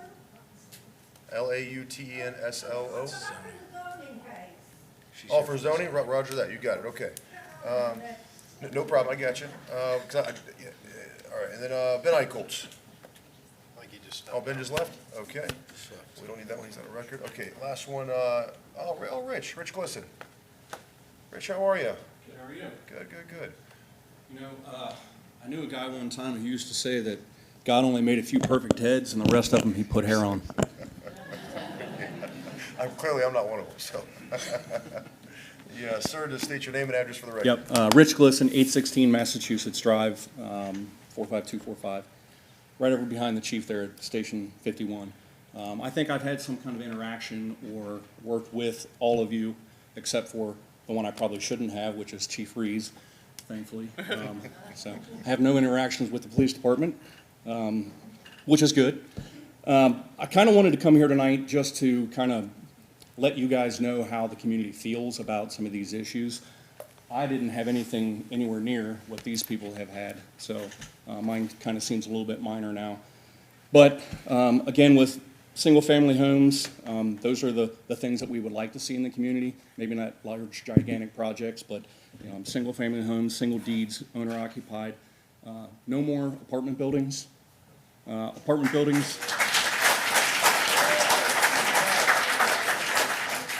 buildings are taking over our schools. They're overcrowding our schools. I know some people that work in the school district, and the bus routing has had to be redone so that the kids who are picked up at certain locations are picked up last and dropped off first. Those buses have been named Con Air, kind of as a joke within the community, because of the reference to the movie of the buses full of all those people who are causing all kinds of problems. So that's one concern. Groups of kids are running through our stores, through jungle gyms and other locations, tearing stuff up, causing disturbances, walking down the middle of streets, riding their scooters, bikes, and stuff through the medians in between the roundabouts, like large groups, 10, 12, 15 kids at a time. Stealing things from people's porches, walking down streets that don't have sidewalks across Eastgate Boulevard. I can only imagine what's going to happen when the bridge opens up at Glen Estee Withamsville. I'm sure there's not going to be any there's not supposed to be any pedestrian traffic there, but I can guarantee we're going to have pedestrian traffic there. Again, coming from the same parts of the neighborhood where there are other issues. And then the last one is the Airbnb thing, the short-term rentals. Just this past Sunday, there's one at the mouth of my neighborhood where Lexington Green meets Glen Estee Withamsville, and several times throughout the day, there were multiple cars filling the driveway, and then also in both directions on the street, right at the corner where residents couldn't get out and residents couldn't get in. Kids walking in large groups across the street to the park for some sort of event they were holding, people dancing on top of cars, the smell of marijuana throughout the park, throughout the neighborhood. I'm sorry? Is it on top of cars? Yes. Okay. Large groups of people, and I'm talking like 100 or more people, having some kind of an event that they were broadcasting on social media. My neighborhood has only got 60 houses. It's a dead end, one in, one out, and there's 2 Airbnbs already. There are more properties that are available for sale right now that I hope don't turn into another Airbnb. And then I have other neighbors that have lived in that subdivision since it was built in 1978, and they're original owners, and they're not going to be with us for another 10 years. And I'm worried that my neighbor that lives next door to me, that might turn into an Airbnb. I'm kind of a libertarian. I feel like you should be able to do what you want to do with your property until it impedes on me, and it's gotten to that point. Like it's causing an issue in the neighborhood. So I would just hope that you guys take those things into consideration when you're making those determinations. Well said, Rich. Thank you, sir. Thank you. By the way, Rich also serves as a volunteer on our Parks Board as well, and we have citizens that volunteer. Every month they meet and they look at our parks and how can they be better and all that, so appreciate your service as well. Thank you. Thank you, Rich. All right, besides the zoning cases, I have no more cards. Is there anyone else that would like to speak? Here, come on up, sir. And then just to give everyone a heads up, what I'll do is after we go through all the departments and right before our zoning cases, which I'm anticipating probably around 8 o'clock, I'm going to call a break so you can stretch your legs, go to the restroom, 5-ish minutes break, and we'll come back. So, but sir, please, did you fill out one of these cards by chance? No, I did not. That's okay. Mr. Campbell, can you notate can you just state your name clearly and your address clearly so Mr. Campbell can take it on record? Yes, my name is Rich Grant. I live on Nutmeg Knoll, just off Pepper Ridge. Yep. And my property adjoins the recently grubbed property of whatever, I don't remember the company's name, but it's owned by Doug Evans. And so, we're not trying to be unreasonable here, guys. Just a few requests, all right? Just a couple. How about enforcement of our zoning laws and ordinances? I mean, if you could help us with that, that would really help. We're trying to involve other organizations in that, and your help would be greatly appreciated. Reassessment or removal of the industrial park in the barns that are so-called barns on the property. Reassess the tax base for the lost value that our property is experiencing due to the issues we've discussed.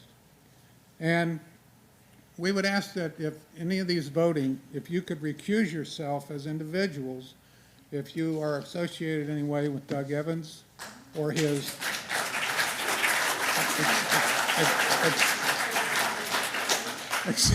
accepted campaign donations or whatever, we'd appreciate that too, okay? Thank you. So, I'd like to make a comment. Yeah, me too. So, for what it's worth, and I'm going to speak on all, you three, or you two correct me, none of us have taken any contributions from Mr. Evans, ever. We haven't. So for what it's worth, do I stand corrected? So, and by the way, I would agree, there was a vote that we took. It was the County took any money from Doug Evans? You got to ask them. I don't know. The commissioners, I have no idea. We're a Union Township. This is Union Township Trustees. The counties are Clark Walker and Dave Painter and Bonnie Batchelor. Where's the township took money from Doug Evans? We can do a records request to find out for you. I mean, but I'm talking about Joe Dills, John Becker, and Michael Logue. You're asking for a vote tonight or to address things. and we recuse ourselves. There's one vote that I felt like I was compromised on. It was a vote for a bar restaurant we're going to put on. I recused myself because I was financially tied with the guy, and I didn't vote. So the one and only time in my 5 years of being in office, I've recused myself once because I was financially tied to him. And so as far as Doug Evans, us three have not taken a single penny from that man, and that goes on record. So, but okay, is there anyone else that would like to speak? And then we're going to do something a little different tonight, where I'm going to allow Mr. Wright to talk. I'm going to talk. I'm going to let these two guys talk as well, because clearly y'all here for the Doug Evans property, so I don't mind if we talk about it. But also, you want to talk as well. Sorry, go ahead, Mr. Becker, on his comments? Yeah, please go ahead, sorry. Well, not specifically on his comments, but it's kind of generally regarding Pepper Ridge. And I guess more specifically, is it Mr. Harbison? I really relate to you. You know, I bought roughly 2 acres out in the woods 35 years ago. Kind of fears that the farm on top of the hill behind my house would someday be who knows what. Fortunately, that's never happened. I've hiked the creek behind my house. Fortunately, I own my creek that's behind my house. My property goes beyond it. And, you know, hiked it up and down, and even down to the nature center when I was much younger. Won't do that ever again.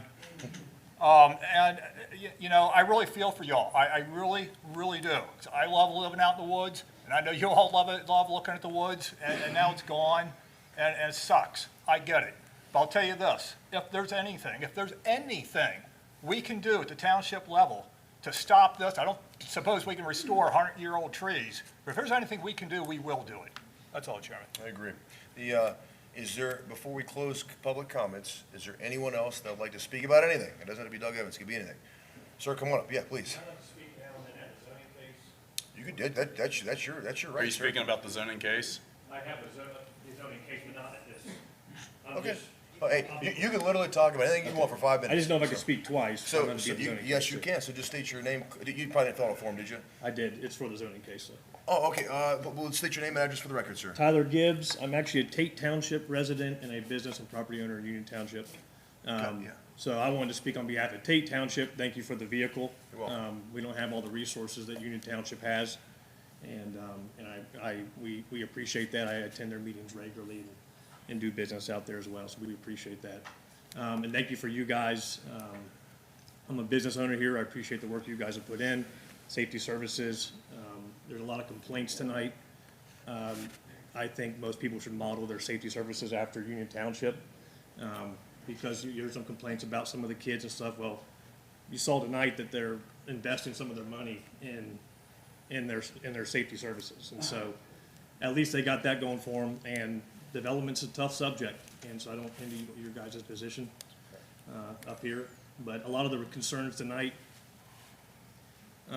I'm kind of in that business, and I feel like they're probably at a county level or a different agency level. So, John, I think you hit it nail on the head. I think Union Township, I think you guys have the right, right mindset going into these, but there's things you guys can't do, and we understand that as residents, as business owners, and we just appreciate you guys, what you guys do. So, but main reason, thanks from Tate Township for the vehicle. Thank you, sir. I Much appreciate it appreciated. very much. Thank you, sir. Okay. All right, is there anyone else for, yep, please come on.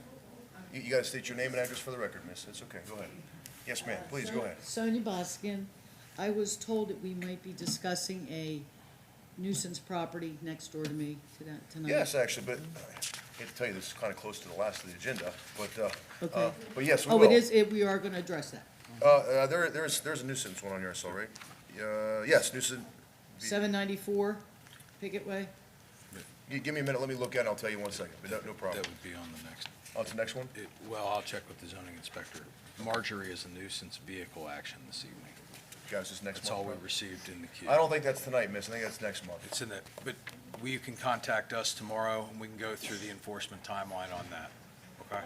Oh, okay. Yes, ma'am. All right, so I'll come and talk to Mike next door? No, just come to talk to, you can come talk to me tomorrow. Oh, okay. Yes, ma'am. All right, well, thank you. Yes. Thank you. Is there anyone else for public comments that'd like to speak their mind? Please, yes, miss, come on up. I think this might be a record for public comments, by the way. Yes, just state your name and address clearly for the record, because we gotta write it down for you. Okay. Please. My name is Laurel Grant. I live at 4945 Nutmeg Knoll in the Pepper Ridge subdivision. Yes, What I want to tell you are just pretty basic information, that grubbing is where the entire root ball has been removed from the surface. And that root ball is what holds the hillside on. There were 25 plus acres of trees removed, and on every acre, there are 8,000 to 10,000 trees. So you kind of visualize how much damage was done back there. Anyway, mine was just kind of basic, and I thought it would be nice to give this information to you guys. Thank you, miss. Appreciate you very much. Thank you. Thank you.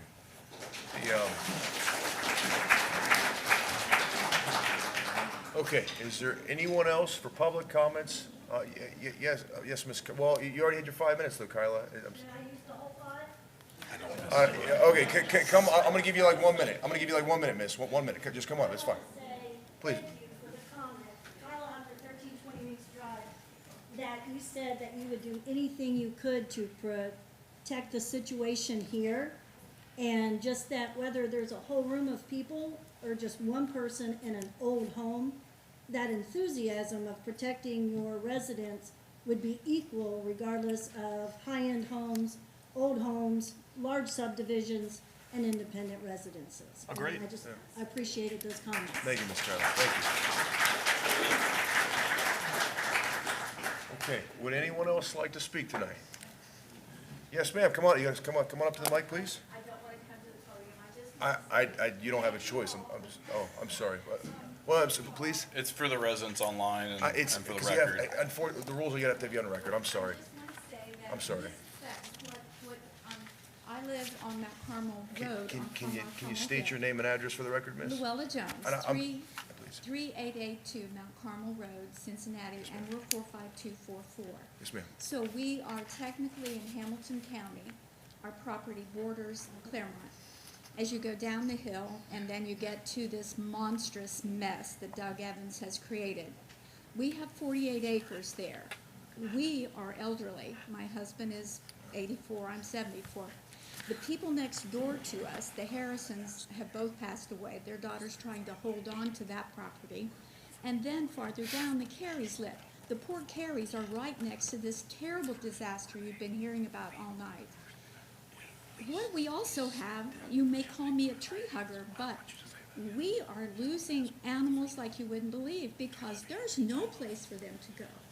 The birds, I mean, in the morning, it's like we've got tons of birds. Well, they don't have a home anymore. I know that sounds stupid, but it is not, because we're losing all of our woods. And so we're trying desperately to pay our taxes and keep what we can have if Mr. Evans doesn't try to destroy the rest of the place. And that's all I have to say. Thank you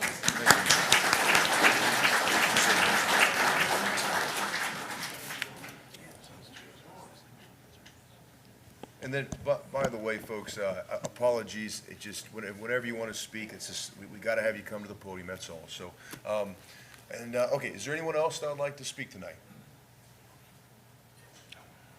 Okay, yes, ma'am. Then, I think you probably know, oh, perfect, yeah. And then just do me a solid and state your name and address for the record. Yes, ma'am. Yes, ma'am. My name is Pam Bowl, and I live at 4286 Norman Lane. I just wanted to ask about the Airbnb on Norman Lane, if that's been addressed this evening. I showed up a little late. No, we're not doing anything with Airbnb tonight. I mean, you're more welcome to speak on it, give your opinion on it, We're but there's a not. chance it'll be the next month or the following month. It's a chance. We got to first figure out what we're going to do with it, please. I could speak. So I had a extended conversation after the last meeting with the property owner. I believe it's the same property owner, the one in, yes. And we advised him that you cannot do those until we have regulations on that. I don't know what happened on Sunday with the one in Lexington Grange. I guess the police department and the property owner were able to dispatch that fairly quickly. Supposedly, they are renting those out on a longer-term basis, which is not a short-term rental. Is he still using it as a short-term rental?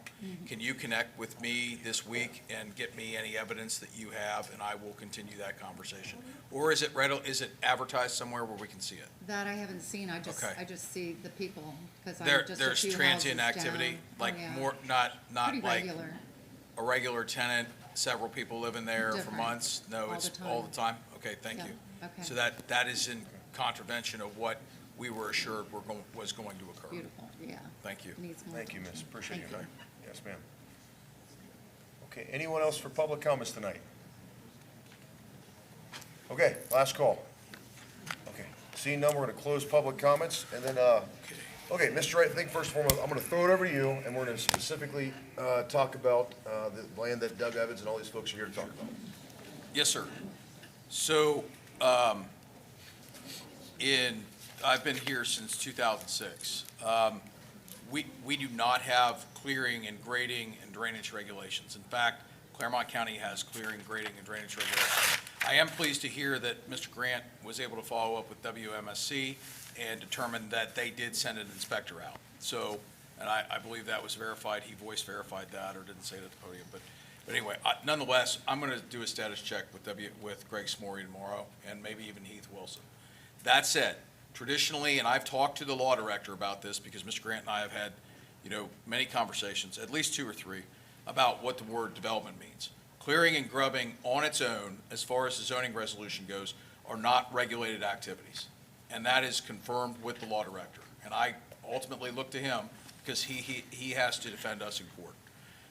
If there was some change of use of the land, that would trigger a zoning permit. If there was some structure built, that would trigger a zoning permit, zoning review. Property zoned estate residential, there's a ton of permissible uses in estate residential. I don't have them all in front of me. I can rattle them off from the zoning code. Just like maybe the top five. Yeah, it's large lots, single-family homes, agricultural uses. There's some conditional uses that are allowed, like cemeteries, riding stables, cell phone towers, things like that. That's type B residential facilities, public facilities, roadside agricultural stands, wildlife reservations. So there's a lot of, lower intensity uses. And so if I remember, and I have to look at the map again, but I believe the entire property is zoned, I believe it's zoned estate residential. In addition, Mr. Grant brought up Article 13, FA, he referred to focus area. Focus area regulations apply to properties that are in focus areas. Everybody can see our land use map. The bulk of the township is located outside of focus areas where there is typical, I guess I'm timing myself, sorry, unless you guys want me to stop, I can. Where there is, traditional single-family development. So you'll look at our map, there's a lot of white, that's just kind of no recommendations, and then there's focus areas along certain corridors of the township, and it's been that way for the better part of 20 to 30 years.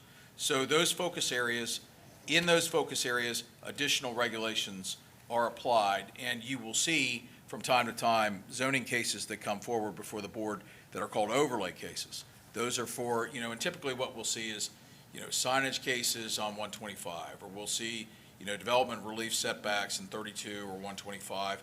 Mount Carmel Tabasco is one where I don't think there's a single, I shouldn't say that. There's probably not many conforming lots on Mount Carmel Tabasco Road because of the age of that. But this specific property, and I confirmed it today, it is not located in a focus area as defined in our plan. And so therefore, those regulations do not apply. So where does that leave us? That leaves us with Article 6 of the zoning code. Basically, we have to wait, we have to rely on the county for the drainage and WMSC, the EPA, for any error or pollution violation. We're at the mercy of these other agencies that have jurisdiction. And I know that's not an answer that people like to hear. And to Mr. Curry's point, we're not kicking the cow down the road.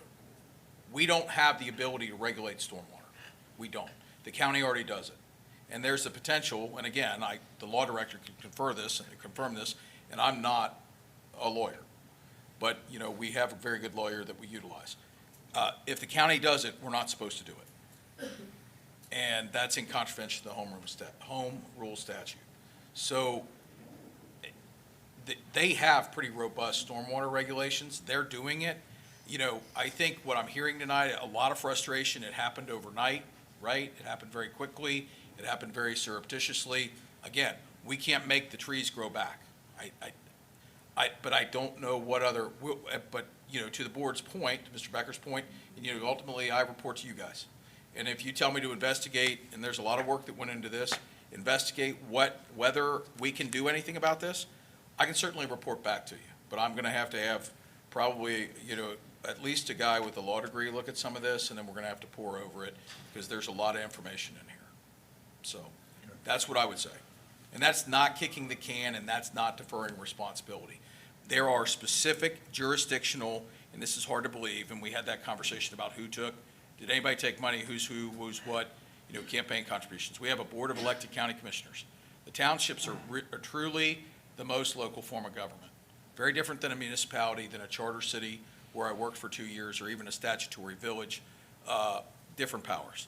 The county has oversight over most of what I would call true development activity in terms of building code enforcement. We talked about building code enforcement. We talked about building permits. They have regulatory authority over WMSC, detention, stormwater, all of those things. So what do we look at? We look at bulk, manner, placement, location, setbacks, when we're talking about a straight zone, like an ER, like a plain zoning district, not a planned development, not a special zoning district or anything like that. So we're literally limited to what those district regulations say. We sent Mr. Berkey down, I think it was within the week of that, I had an initial conversation with Mr. Grant. Mr. Berkey's our zoning inspector. He's our zoning inspector. He's the zoning police, if you will. Yep, he's the guy that goes out and knocks on people's doors and tells them they're gonna have a bad day, generally. It's a tough job, right? Goes out there, drives down Mount Carmel, drove down, I don't know if he went down Pepper Ridge or not, but he went down Mount Carmel, took some photos of the property. It was evident that there was clearing going on. We did not see any evidence of any new structures, any illegal structures, anything like that. And again, to Mr. Becker's point, if a structure goes up illegally, they're gonna get a zoning citation. Whether or not we hold up in court, we will defend that in court. In fact, we actually issued, I think we brought a case against Evans and just recently settled it. I think we initiated that. So, for zoning noncompliance. We settled it in a Peru bill. Have a good night. So, I'm sorry. So in any event, we brought the zoning violations forward. We went through the zoning, the resolution, the original resolution, and then ensured compliance and all the other issues that were addressed in there, and then issued a settlement, because that's what basically the courts want you to do with zoning cases. So, to Mr. Gordon's point, again, everybody's allowed to have an opinion, but at the end of the day, that's our job, is to get through that litigation. He's upset, and I don't blame him for being upset. Public comment's already closed, I'm sorry. I just wanted to correct a comment that he made. Grubbing is actually a designation of heavy machinery operations that are soil disturbing, and so that may fall under a different designation. I know you said you spoke your legal, but I want to make sure you understand. Sure. No, I understand. So I'll say this, and if the two of the trustees want to talk after myself, that's fine. First off, a lot of times, we don't know if there's issues unless you all take the time to come out here and tell us. There's 55-ish thousand residents in Union Township, and so we don't know what's going on all the time. So I appreciate the passion. I know you all are very upset. And Mr. Gordon has every right to be upset as well. It's his property. Y'all's property is being affected. I want to say it was 5 or 6 houses down on the left on Pepper Ridge. The Beauchers used to live there. And a buddy of mine named Justin, I hung out with him all through high school and all through grade school. I spent a lot of time on Pepper Ridge. So I understand. I hear you loud and clear. I went out and visited the site as well personally, and so just so you know, and don't overcorrect me on this. I'm not a topography guy. But you have your hill, it flattens out, then you have your hill again, then it flattens out again, then it runs into the MVCA new building that they're building for the high school. And so I see it clear as day. They cleared all your trees, all the forest, you don't have to be a tree hugger, it's okay. Animals need a place to live as well. So loud and clear. I know, we are watching it like a hawk. The problem is, for example, my previous house, I removed a tree. I was allowed to do it. That was my property. And I installed a pool. I didn't need any of y'all's permission. It's my tree. It's my land. The pool I needed a permit for, and I got that. It was legally. It was my tree. And then you're not liking what I'm saying right now. If you want to move a tree on your property, you don't need anybody's permission. You're allowed to do that. That's your liberty and freedom. And the problem is Doug Evans has a dark cloud over top of him, and he's affecting all of y'all, I know. And to Mr. Becker's point, I echo exactly what he just said. If anything is illegal done on that property, we're gonna slap him with every right that we're allowed to the fullest extent. It's his property, and he hasn't broken any township rules. And to defer to what Mr. Wright said, all the grading, all the grubbing, and don't quote me on legal terminology, I'm not a lawyer. What he's doing right now falls on the county. And really, y'all need to, and I'm not trying to pass the buck, I'm not. If he breaks a rule, me and Mr. and I promise you, Mr. Lowe's probably gonna echo my words as well, we have your back. We will absolutely inspect him and make sure he's following our rules the absolute best we can to the letter of the law. But for example, let me give you an example. We get a lot of complaints on Clough Pike.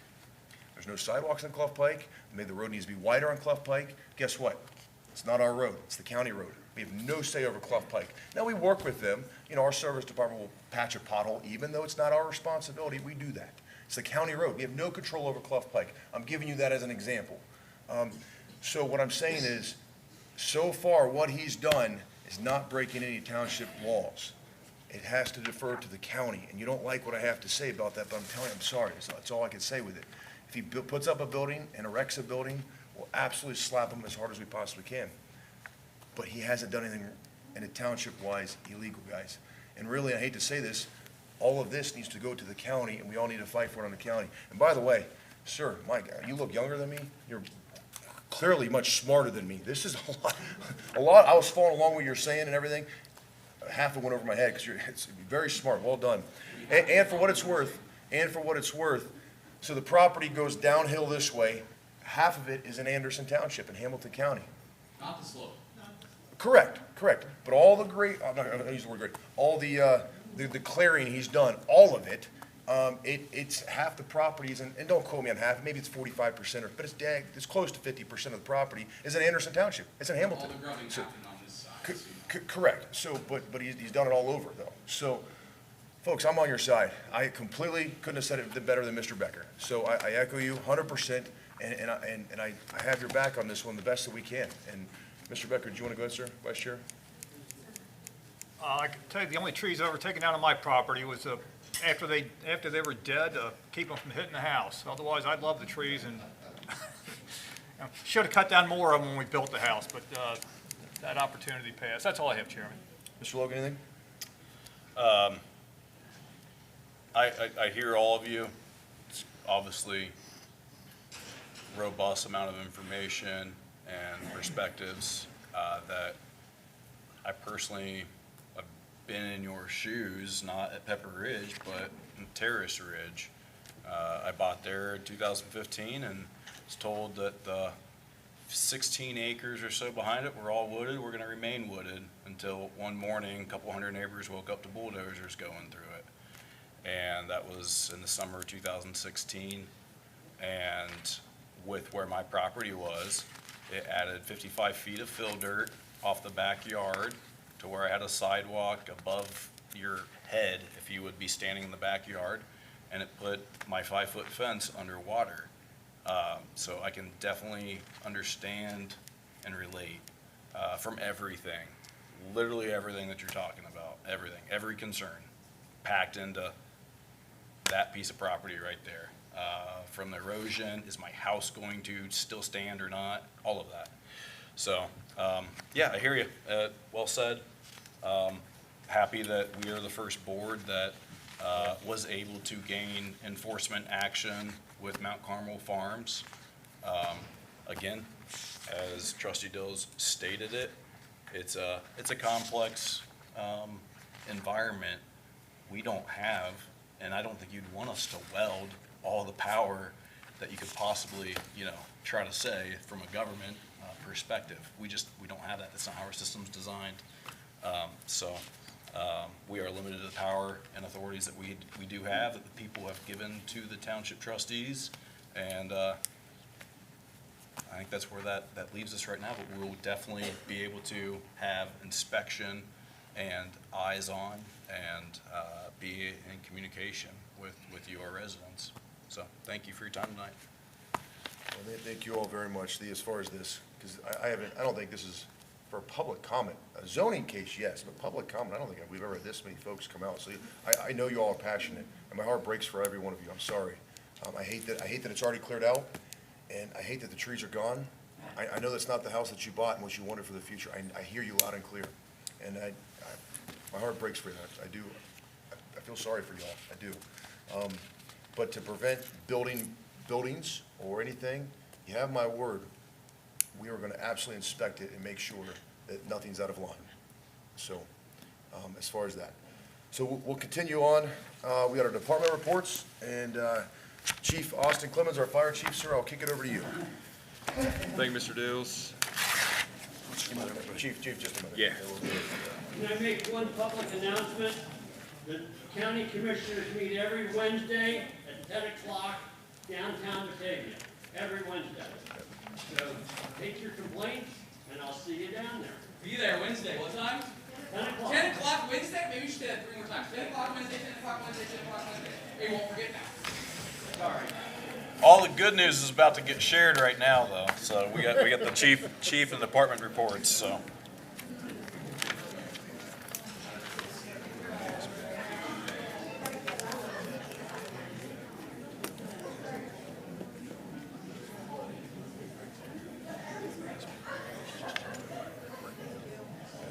You guys just want to take your bio break now? We'll wait till the department reports. 7:52. It'll be quick. You ready? Whenever you are. Wait till after. Whenever you're ready, sir. Okay. So in the month of March, the fire department responded to 204 fire and service calls, 641 EMS details. We made patient contact with 587 patients and transported 482 of those patients to local hospitals. The fire department completed 1,525 hours of training. We're a part of 12 public education details, hosted ride time for local students in the amount of 24 hours, completed 284 life safety inspections, 9 inspections in conjunction with Claremont County Building Department, and we currently have we have 2 current openings, but a couple retirements here in the next couple weeks. So we'll have 4 openings on the fire department, still seeking qualified applicants. That concludes my report. Chief, appreciate you. Mr. Becker. I have nothing. Mr. Logan. Hey, thank you very much, Chief. Chief, good job, sir. Police Department, Chief Reese, sir. Thank you, Mr. Dills. In the month of March, the Communications Center handled 5,438 calls for service for police, fire, and EMS, and 5,272 total calls. 484 court-related documents were processed for juvenile and adult court that required officers' appearance in court. 1 vendor permit was issued for the month. 196 records requests were handled by our records division, and 45 body camera videos were redacted. In the area of public affairs, officers conducted 2 public relations events during the month of March. Officers participated in the Polo Fields Annual Easter Egg Hunt, and we assisted Grant Career Center with a Criminal Justice Advisory Board. In the area of operations, our patrolmen handled 344 incident reports, 95 crash reports, made 469 traffic stops, issued 140 citations, 345 warnings, made 90 criminal arrests, 65 traffic arrests, and served 97 warrants. The Honor Guard in the month of March participated in 1 event. They presented the colors at the Veterans Park for Chapter 649's Vietnam Veteran Day ceremony. Officers attended 304 hours of training in the month of March, and there are currently 2 open police officer positions and 1 open dispatcher position in the police department. And that concludes my report, sir. Vice Chair Becker. Yes, Chief Reese. So, I'd like to go over these, read through the call-out reports. And one in particular jumped out at me. On March 13th, safe cracking, telecommunications fraud at Sherifax Credit Union, Ivy Point. I think it's the 3rd time. What can you tell us about this particular hit, and is it related to the previous 2? So unfortunately, this is another what we call a jackpot scam that you see going on nationally, and that is correct. This is the 3rd attempt. Actually, the 3rd attempt. The first one was successful. Fairfax was good enough to correct their alarm system on their ATM. So the alarm actually triggered an ATM shutdown when this attempt was made. I don't want to get too much into the investigative part of this, but suffice it to say that the technology that's available through our department, through flock cameras and some other cameras, allowed us to identify a suspect vehicle and track that vehicle back to Indianapolis. Our investigators responded out that night and were actually able to make arrests. It was an attempt. They weren't successful, but they have been arrested and prosecution's underway. So, an excellent job by our investigative unit. I'm very proud of them. Yeah, I mean, it says here within hours, detectives identified the involved suspects. It was 3 of them. And there's notation here, they're all from Venezuela. These illegal aliens again? Well, I can't say that for a fact, but. Okay. Thank you. That's all I You're welcome. Chief. Mr. Logan? Thank you, Chief. Chief, good job. Appreciate you, sir. Yes, sir. Our Service Department Director, Mr. Taylor, sir. Yes, thank you, Mr. Dills. In the Cemetery Division, from March 1st through the 31st, 13 burials were performed, generating $8,475. 7 resident graves were purchased for $4,900. 1 non-resident grave was purchased for $1,700, and 6 columbarium niches were purchased for $7,200. The total amount generated for the period was $27,645. In the Parks Division, the weekly mowing, trimming, and landscape maintenance continues on all township facilities and the parks. And in the Roads Division, a total of 37 work orders were completed on multiple township roads. And that concludes my report. Mr. Becker? No, nothing. Mr. Logan? No, thanks. Good job, Mr. Taylor. Appreciate you, sir. Community Engagement, our Assistant Township Administrator, Ms. Lisa R. Thank you. Our social media followers continue to grow, and we are up to approximately 8.6 thousand followers. Our content views have increased 6%, and our followers have increased 39% over the last 90 days. We continue to be above average nationwide for government agency followers. We promoted Union Township in the Discover Claremont magazine again this year, which is available in print and online, encouraging visitors to explore all the region has to offer. We've partnered with Rumpke Waste and Recycling to better serve our community with the residential voucher program. The new residential voucher program begins April 20th, so this coming Monday. Each household has access to 2 vouchers each year, and you can pick those up at the service department. Our partnership with Snowy continues this spring with a consistent Snowy location at Veterans Memorial Park beginning April 24th, and it will last through this fall again. We've partnered again with Crime Stoppers for the annual drug drop and paper shred event that occurred over the weekend. Our Citizens Police Academy alumni, as well as our police officers, were there to help. This event is a great opportunity for residents to safely dispose of any unused or expired prescription drugs and over-the-counter medications. We are partnering again with the Claremont Soil and Water Conservation District and the Adams Claremont Solid Waste District for the annual Spring Litter Cleanup event. You're invited to make an impact on the environment by signing up to volunteer and help clear trash and unsightly debris at several parks, waterways, and other shared open spaces across the county. There's going to be a location at Union Township, and they'll meet on Saturday, April 25th from 9 to 11 a.m. You can register at springlittercleanup.com. All your protective gloves and trash bags will be provided. We are partnering with the Southwest Ohio Philharmonic to be a host facility for an evening of remembrance honoring Angelo Santoro on Friday, May 29th.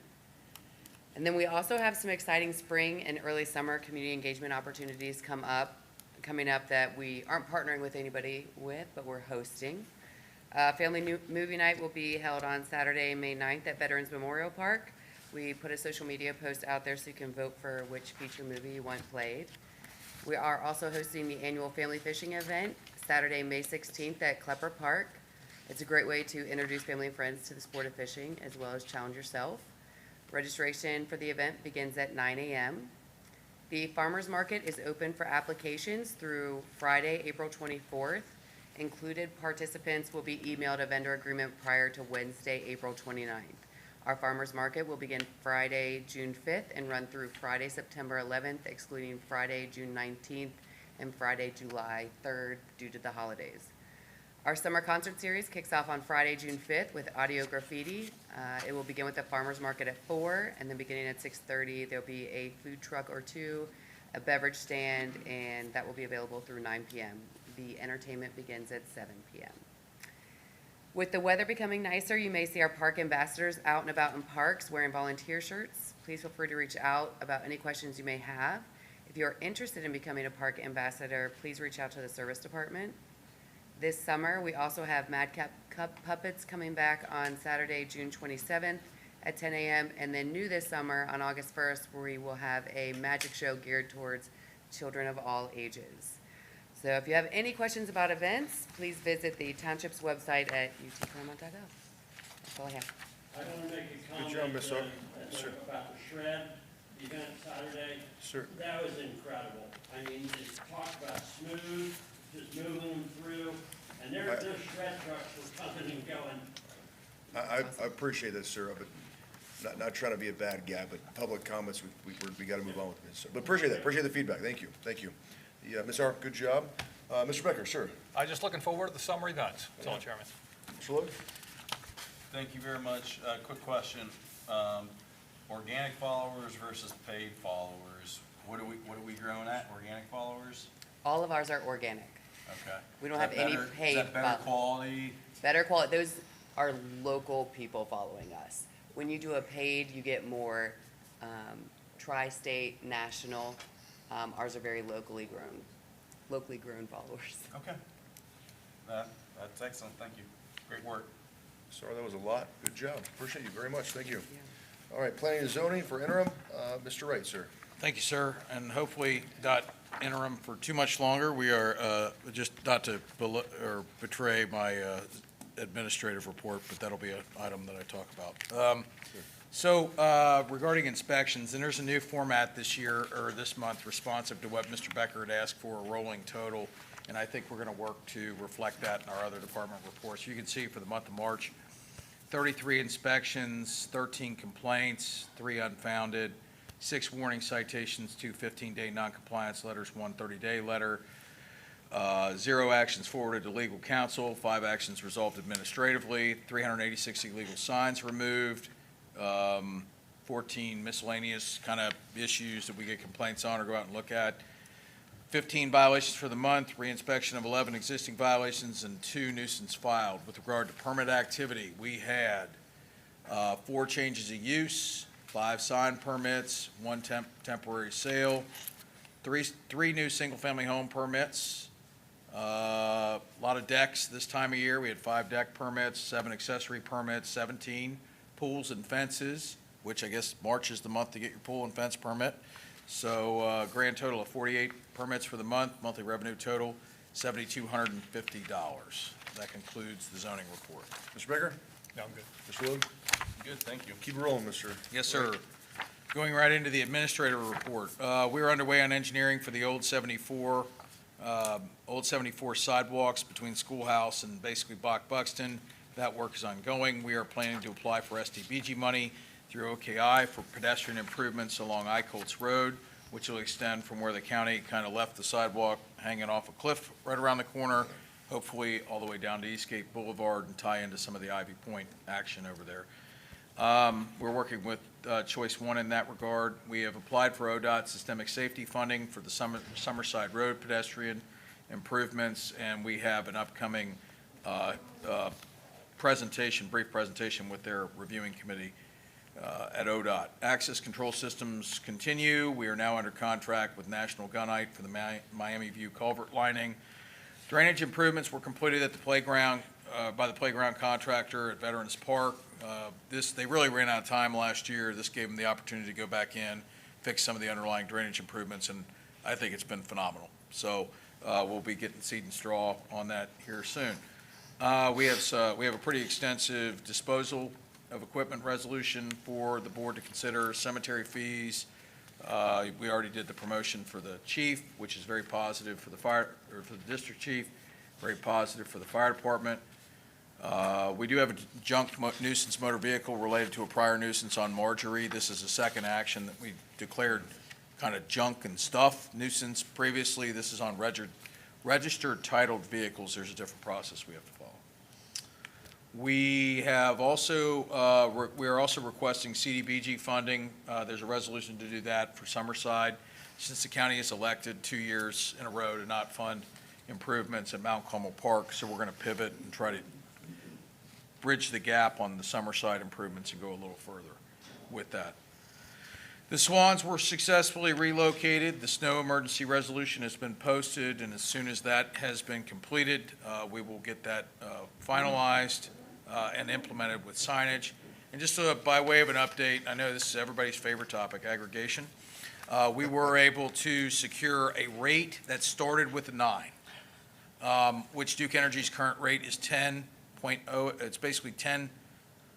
It's 0.1008, and we were able to drive it down to 0.999. So we have a marginal savings over the current cost to compare.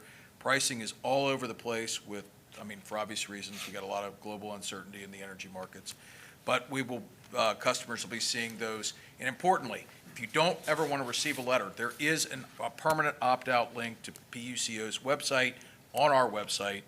Go in, sign up. Before, they told me April 24th if you don't want to get the letter. Otherwise, the letter has our logo on it. It'll have Dynegy's logo on it, and there'll be the 999, the 0.0999 rate, and then a renewal option, which is a little bit more expensive. So you can permanently opt out? You can. Only electricity, not gas. PUCO has not developed a permanent opt-out list for gas yet.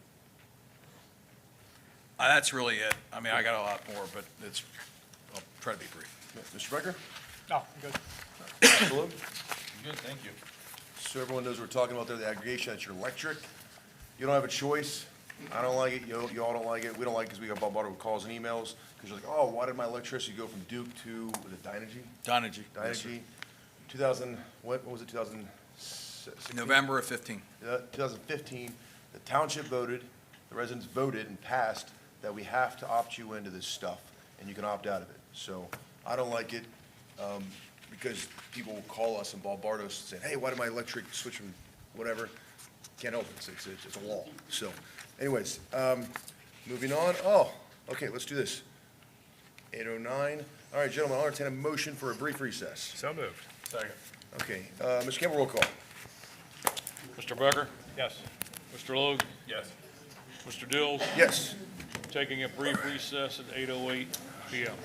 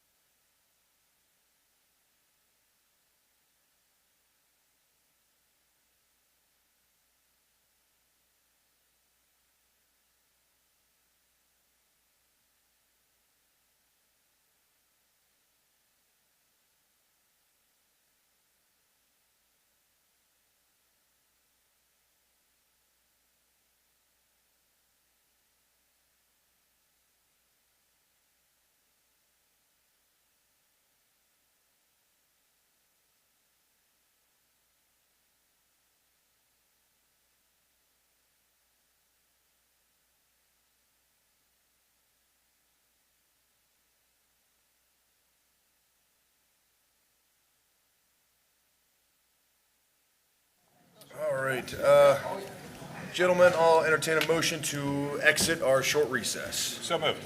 Second. Mr. Campbell, roll call. Mr. Becker? Mr. Logue? Yes. Mr. Dills? Yes. We're returning to session at 8:21 PM. All right, so next up is our public hearings, which I'm sure most of you in this room are probably here for, the rest of you. Hey, there is no time limit. You can talk as long as you'd like on these ones. So this has got to go into a public hearing. And so the first one is, and then Mr. Wright, I'm going to throw it over to you for explanation.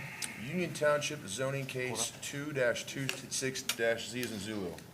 Or is it Ms. R, or is it you? No, she's gonna pull up PowerPoint. Oh, okay. And then I'll throw it over to you for a brief explanation, sir. Thank you.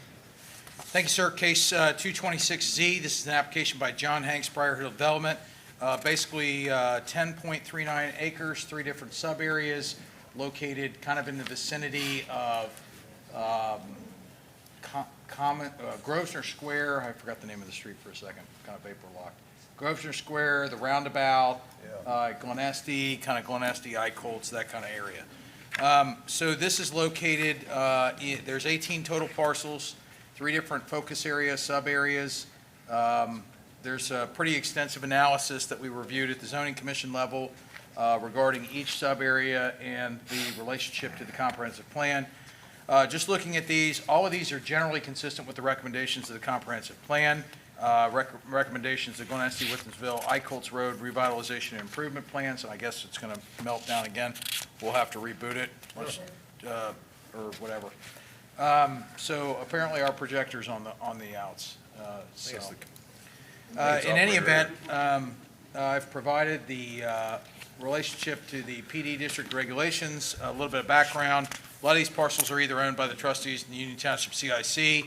A lot of them were packaged over the course of several years, acquired, and sort of now we're here, sort of to facilitate the Eichholz connector and to sort of revitalize some of the frontage parcels on what was Glen Estee. I guess it's now Eichholz. It's sort of whichever one you want to call it.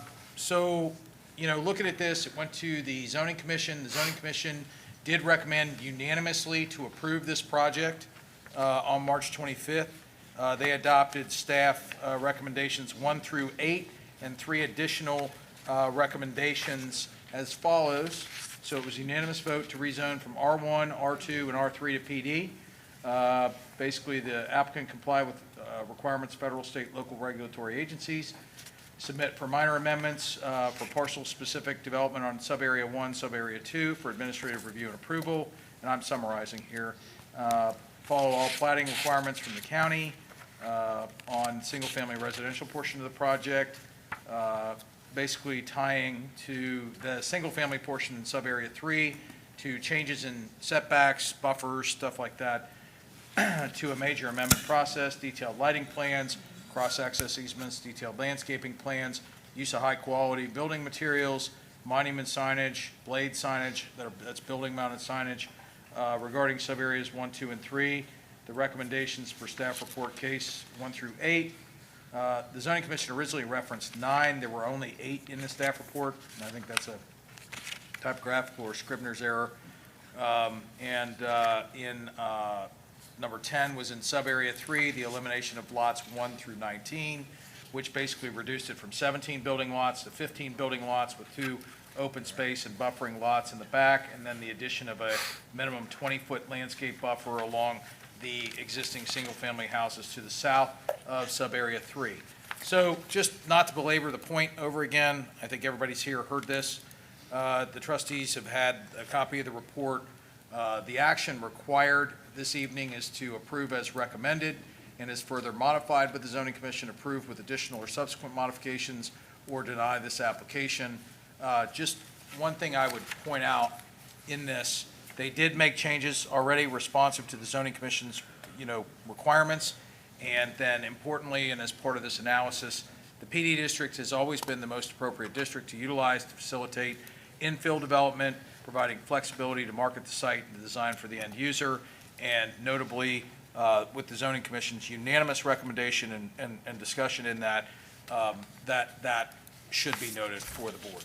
So happy to answer any questions. Mr. Becker? I have no comments or questions at this time. Mr. Luke? Good, thank you. Mr. Wright, good job. No, perfect. Good job. Thank you, sir. Okay, gentlemen, I will entertain a motion to open this public hearing for Union Township zoning case 2-26-Z as in Zulu. So moved. Second. All right, Mr. Gable, roll call. Mr. Becker? Yes. Mr. Logue? Yes. Mr. Dills? Yes. The public session is open at 8:27 PM. All right, so now it's the public comments time. So first off, what we'll do is anyone that is a proponent of this case, that is for this case, now is your time to come up and speak. Could be the builders themselves or anyone else that's for it. Yeah, please, go ahead, yeah. For the applicant. It is, please, yep. And then, so just go ahead and state your, oh, sorry, it's public hearing. Let me swear you in. Sir, do you swear to tell the truth, the whole truth, nothing but the truth, so help you God?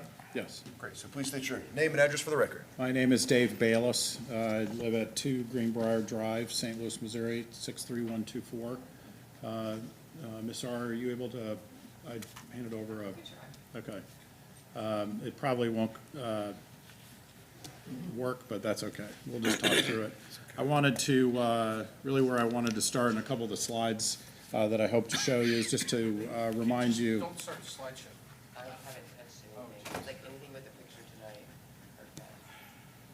Let's skip the slides. Did he give us The slides don't want to participate, and I'm okay with that. I had a few pictures in there. I think most of them are likely in the package for Mr. Wright, and I just thought it would be helpful to pull them up for the residents and for all of you, as well as everybody, I believe, that's here, just to have a couple of pictures and things that we can refer to as questions come up. I've been working in the township. I do live in St. Louis, but I have a property on Buxton. It's provision living. It's a senior housing community on provision living.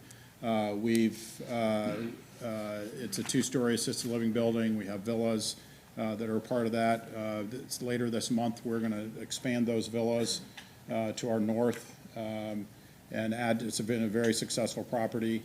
We are also have the property that's also on the agenda for tonight for zoning that's just north of us, and I can come back and talk a bit about that a little bit later. And really, our overall process is to focus on the township, focus on the goals the township has, the walkability. We started with the assisted living and the villas. Our focus is in this area, which is on the other side of the old high school site, and looking at these 3 areas and creating some additional homes, as well as some walkable commercial uses in that area. Mr. Wright went through many of those components. I mainly just wanted you to know that I'm here to answer any questions, either from our neighbors or from all of you. And if the slides ever come up, we can take a look at those as needed. Mr. Baker, any questions? No. Mr. Logue? No, thank you, Mr. Bayless. Good to see you. Well, I just wanted to paint a visual for me since we don't have it up here. So if we're coming from the police department, and the police department's on our right, and let's say, take me down a trip. So we're walking down on the right, across from the Echelon Apartments, is you all asked for 17 single-family homes, and the zoning recommended for 15, so it'll eliminate 2 of them. That'll That's be on the correct. right. And we keep walking down, we go to left around the roundabout, and then we go past that. Mr. Wright, I think is that Governor's Way? I think it's Governor. Groves, okay, yeah, so right past that, on the right, which is where that Dollar General's at currently, and. So we haven't gotten that far. So if you go around the roundabout and yeah, correct. you just as you pass that, the apartments are still on your left. Yeah. And then as you go past where the property is, where the pool is, and as you get to about that area, on your right, there are 2 acres Yep. that we're talking about. And then on your left, there are 4 acres. Yeah. That 4 acres abuts the area that's being cleared right now, that's further north. Got it, so paint us a visual, what are those 3 lots going to be? It'll be commercial, so in the one on the left, That's the hotel, or that's the 4 acres in the back. We're contemplating a hotel, and then in the front, retail. The retail would be walkable retail. You know, we hope to have restaurants, ice cream shop, things like that. And then similar to that across the street, it would be a similar building across the street with amenities such as that. Great, okay. We do have examples of the look and feel that we're expecting to put in there. Perfect. And then ballpark roughly, I'm not gonna hold you anything, but ballpark, the 15 homes, 17 to 15 homes, ballpark, what is their price range going to be when you put them up for market to sell? I think, John, where will those come in? Probably 4 or 5,000. 4 or 5, okay. 400 to 500,000. Okay, 4. And it's 15. We're, Okay, 15 homes, perfect. Okay, that's all the questions I got. Perfect. Well, thank you, Mr. Bayless, appreciate it very okay. much. Yeah. Thank you. Thank you, Mr. Bayless. Thank you. Is there anyone else that'd like to speak as far as a proponent of this case, that is for this case? Please, come on up, sir, yeah. And because it's a public hearing, I gotta swear you in. Please raise your right hand. All right, sir, do you swear to tell the truth, the whole truth, nothing but the truth, so help you God? I do. Great, please state your, again, name and address for the record, sir. Tyler Gibbs. I am the owner of Axel Building Group, Maddox Development. We're located at 4026 Buxton Road, Batavia, Ohio, Union Township. I'm here tonight because I got a notice in the mail. I am under contract to buy the shops at Kennedy's Landing, which is where the dollar store is. I'm a proponent of this. I think I saw some of the renderings briefly this past week. As far as the commercial buildings go, you know, we're just as committed, not to the scale that they are, to, you know, investing in this area. As you know, the shopping center that we're under contract to buy, I should correct, letter of intent to buy. We're working on the contract. It's pretty, the dollar store is not active, and so we're gonna work ourselves to get that back full, get that parking lot back full. We love to see the development across the street by Aldi, and then, and so, you know, I'm obviously here, I'm for the case. I think it's good for the area, so. I would like to see, it would be nice to see, for the people to see some of the renderings if they haven't, because they're very nice. They're very nice buildings, and so. Yeah. All right, we caught a virus earlier. Mr. Becker, any questions for him? No. Mr. Logan? I'm good, thank you. Mr. Gibbs, appreciate you also investing in our township as well, very much. Thank you, sir. Yeah, okay. Sir, okay, is there anyone else that's for this case, proponent? And what I might say, Mr. Dills, according to Lisa, the stream was broadcasting it, but we can't see it here. So there's something going on with the projector. If anybody wants, I have a packet. If anybody wants to look at it that has not seen it, sure. Okay. And that's, oh, I'm sorry, here, too. You want this? This is all right. Okay, all right, anyone that is against this case, that is an opponent of this case? Yes, miss, please come on up.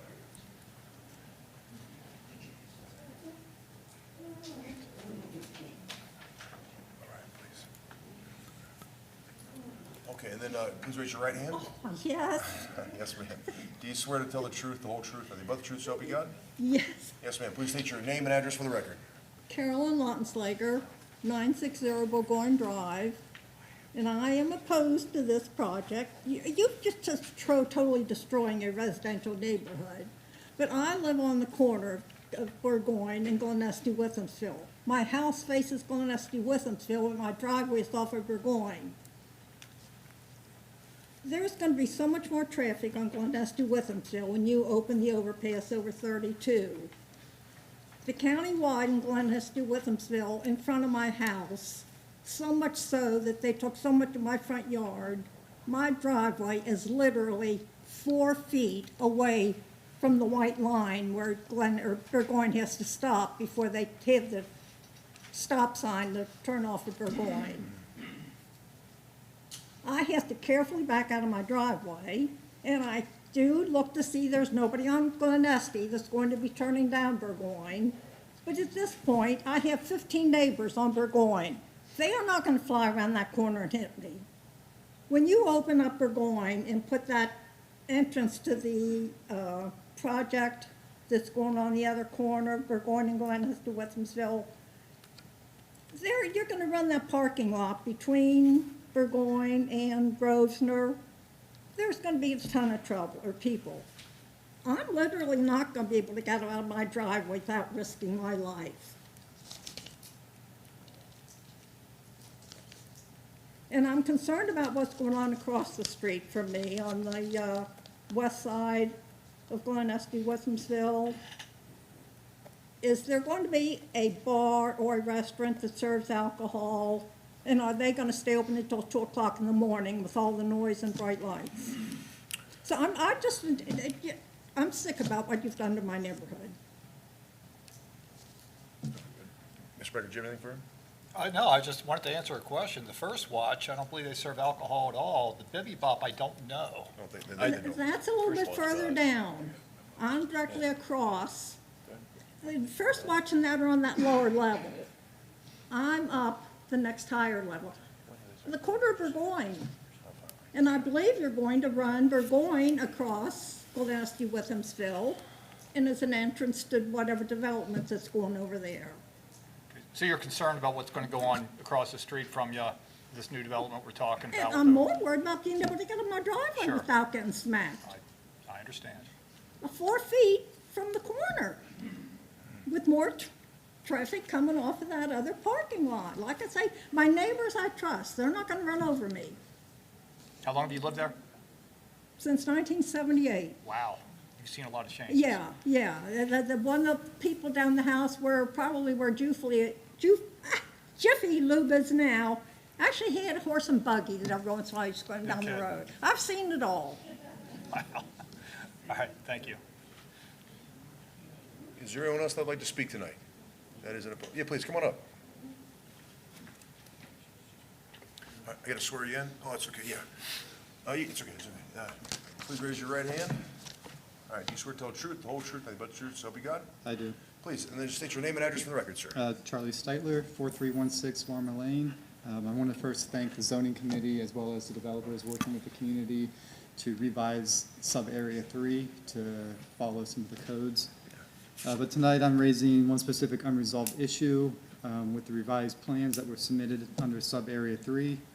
Parcels 414-220A022 and 414-220.004 owned by Donna Hendricks do not show a 20-foot buffer on the east or west sides of the property.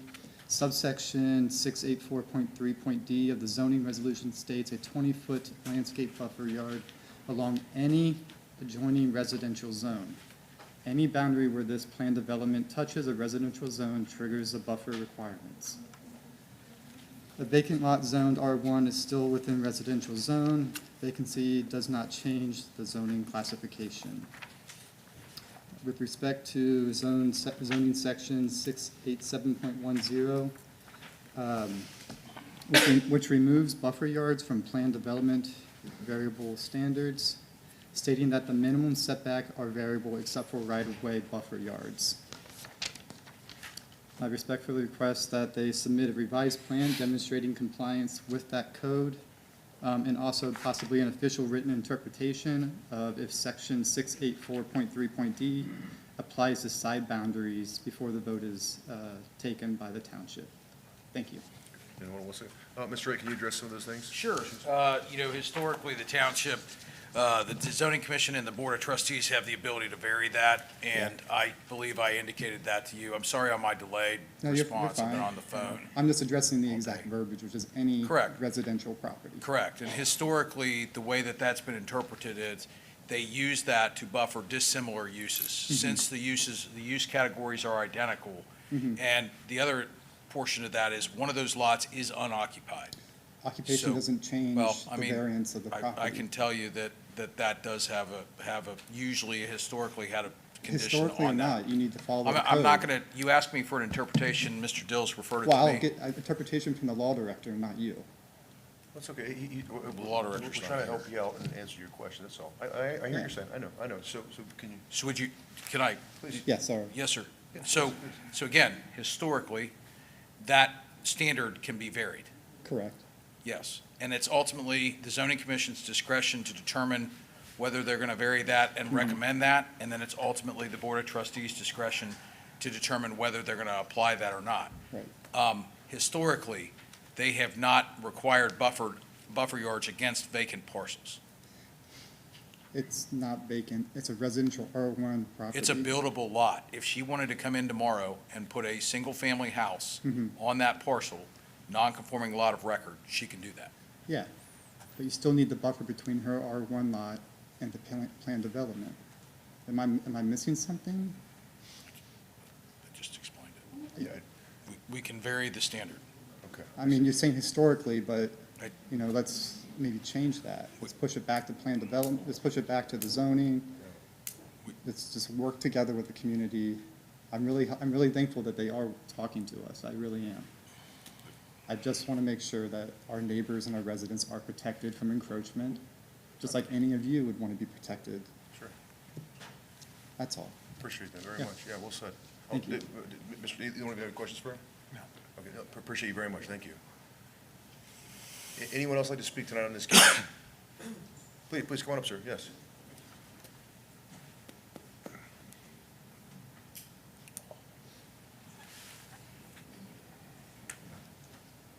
All right, come on up. All right, same as the others. Thank you. Would you please raise your hand? Do you swear to tell the truth, the whole truth, and nothing but truth, so help you God? I do. Great. And then just please state your name and address for the record. Name is Michael Deskins, 4301 Larma Lane. Please, yeah, and the floor is yours. Yeah, I was at the commissioners' meeting and listened to a lot of the neighbors come up in the two streets or the surrounding streets, and they put up a lot of good points of their objections to the development coming in.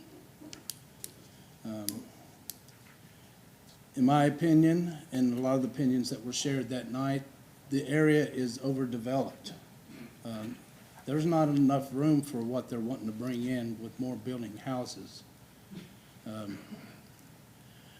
Was very disappointed that after sitting through that meeting and hearing all the people who were residents of the area, the voters, taxpayers, that the commissioners immediately, when they got into their session afterwards, kind of seemed like they ignored everything the residents said and went into trying to figure out how they could best appease the developer.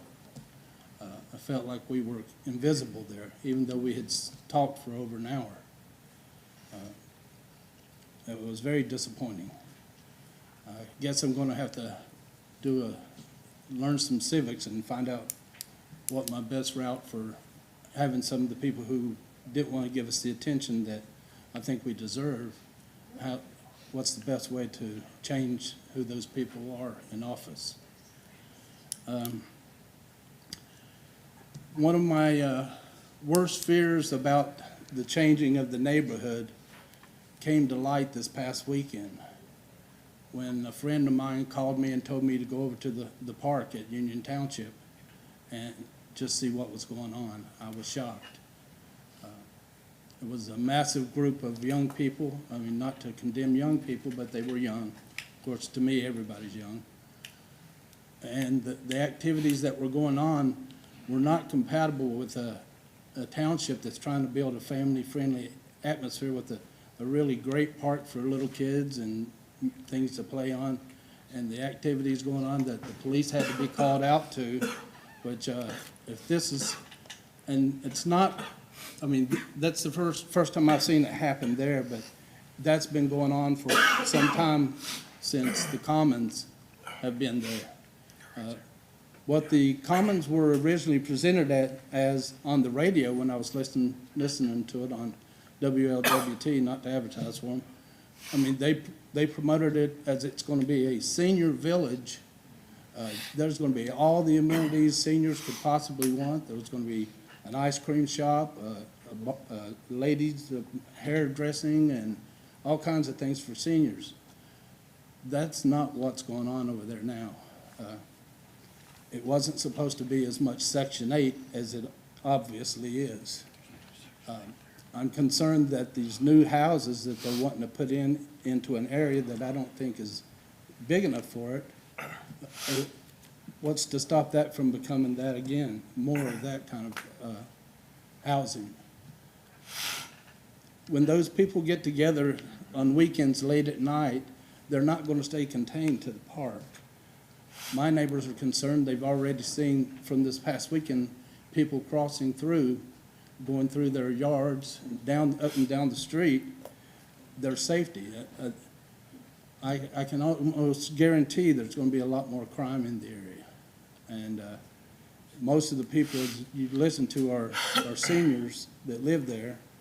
If they're like me, they've been there since '79, and they had plans on staying there for the rest of their life, or maybe going into that senior center that was supposed to be where the commons are, but that's not what that is.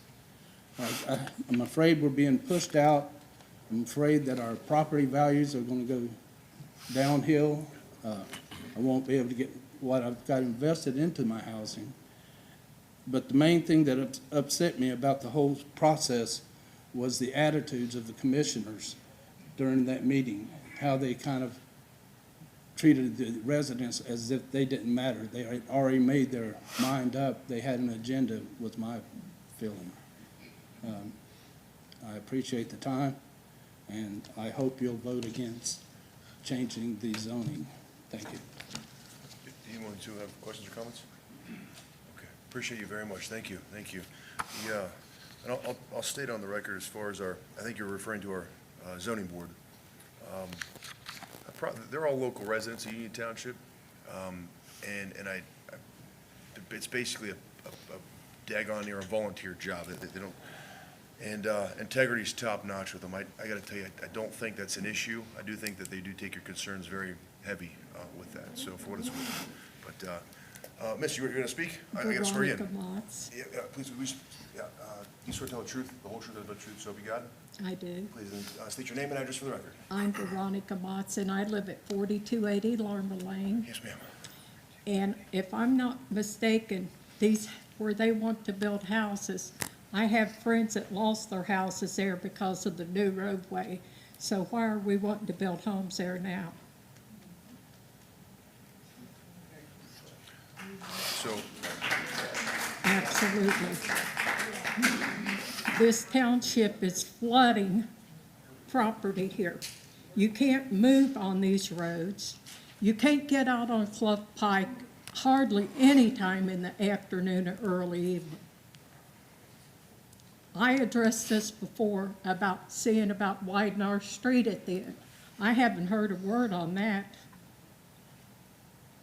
So I'm wondering what the township's really doing for us, or doing to us. Thank you, miss. Is there anyone else that'd like to speak tonight on this? Yes, please, come on up. All right. Oh, thank you, miss. Appreciate you. And then I'll go and swear you. All right. Do you swear to tell the truth? Oh, sorry. Do you swear to tell the truth, the whole truth, and the truth, so help you God? Amen, yes. All right. And then please state your name and address for the record. My name is Dawn Thill, Thill. I live at 781 Deer Valley Drive. So as you all know, I'm not anywhere near where these people live. I'm here to support them. I came here to try to understand the plan better, number one. Not your fault. Obviously, we have a technical error, okay? But I had a hard time, Mr. Wright, understanding it at the zoning meeting. I'm not the brightest person in the world at reading some of the roads and plans. But I also felt, to the gentleman's point, and this is one thing I wanted to say, because I have no interest in these properties. I love our zoning commission. They're really good people. They were very dismissive in that meeting, okay? One of the big concerns that the people expressed was the traffic. If I'm not mistaken, and again, I don't totally understand this development, there's probably some commercial or business, is that correct? Okay. Is it apartments or a hotel or both? There's No apartments, no multifamily, so it's 15 single-family residential Right. homes. They reduced it to 15, which the residents feel that is still too dense, okay? I can't even envision paying for a $400,000 house on what would be that size lot. You'd have to be an idiot to do that, I'm sorry, okay? The other gentleman brought up the point in terms of, and I did some reading about this, is property value gonna go up? Is it gonna go down? Is it gonna stay the same, okay?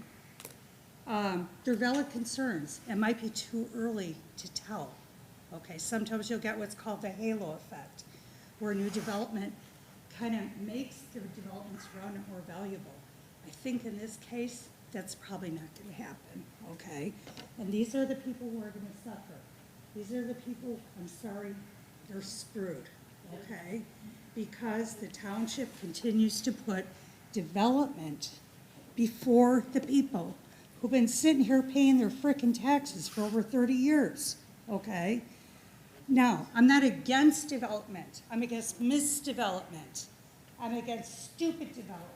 I'm against selfish development, okay? You builders are here to make your money. I don't blame you, but you're screwing up these people. Miss, can you address, you gotta address the Miss, board. you gotta address this. I'm sorry. It's okay. It's Okay, I'm a little emotional. I totally get it. I'm an It's okay. Italian-American woman. It's okay. So I speak my piece for better or worse. Mr. Wright, going back to the traffic, okay?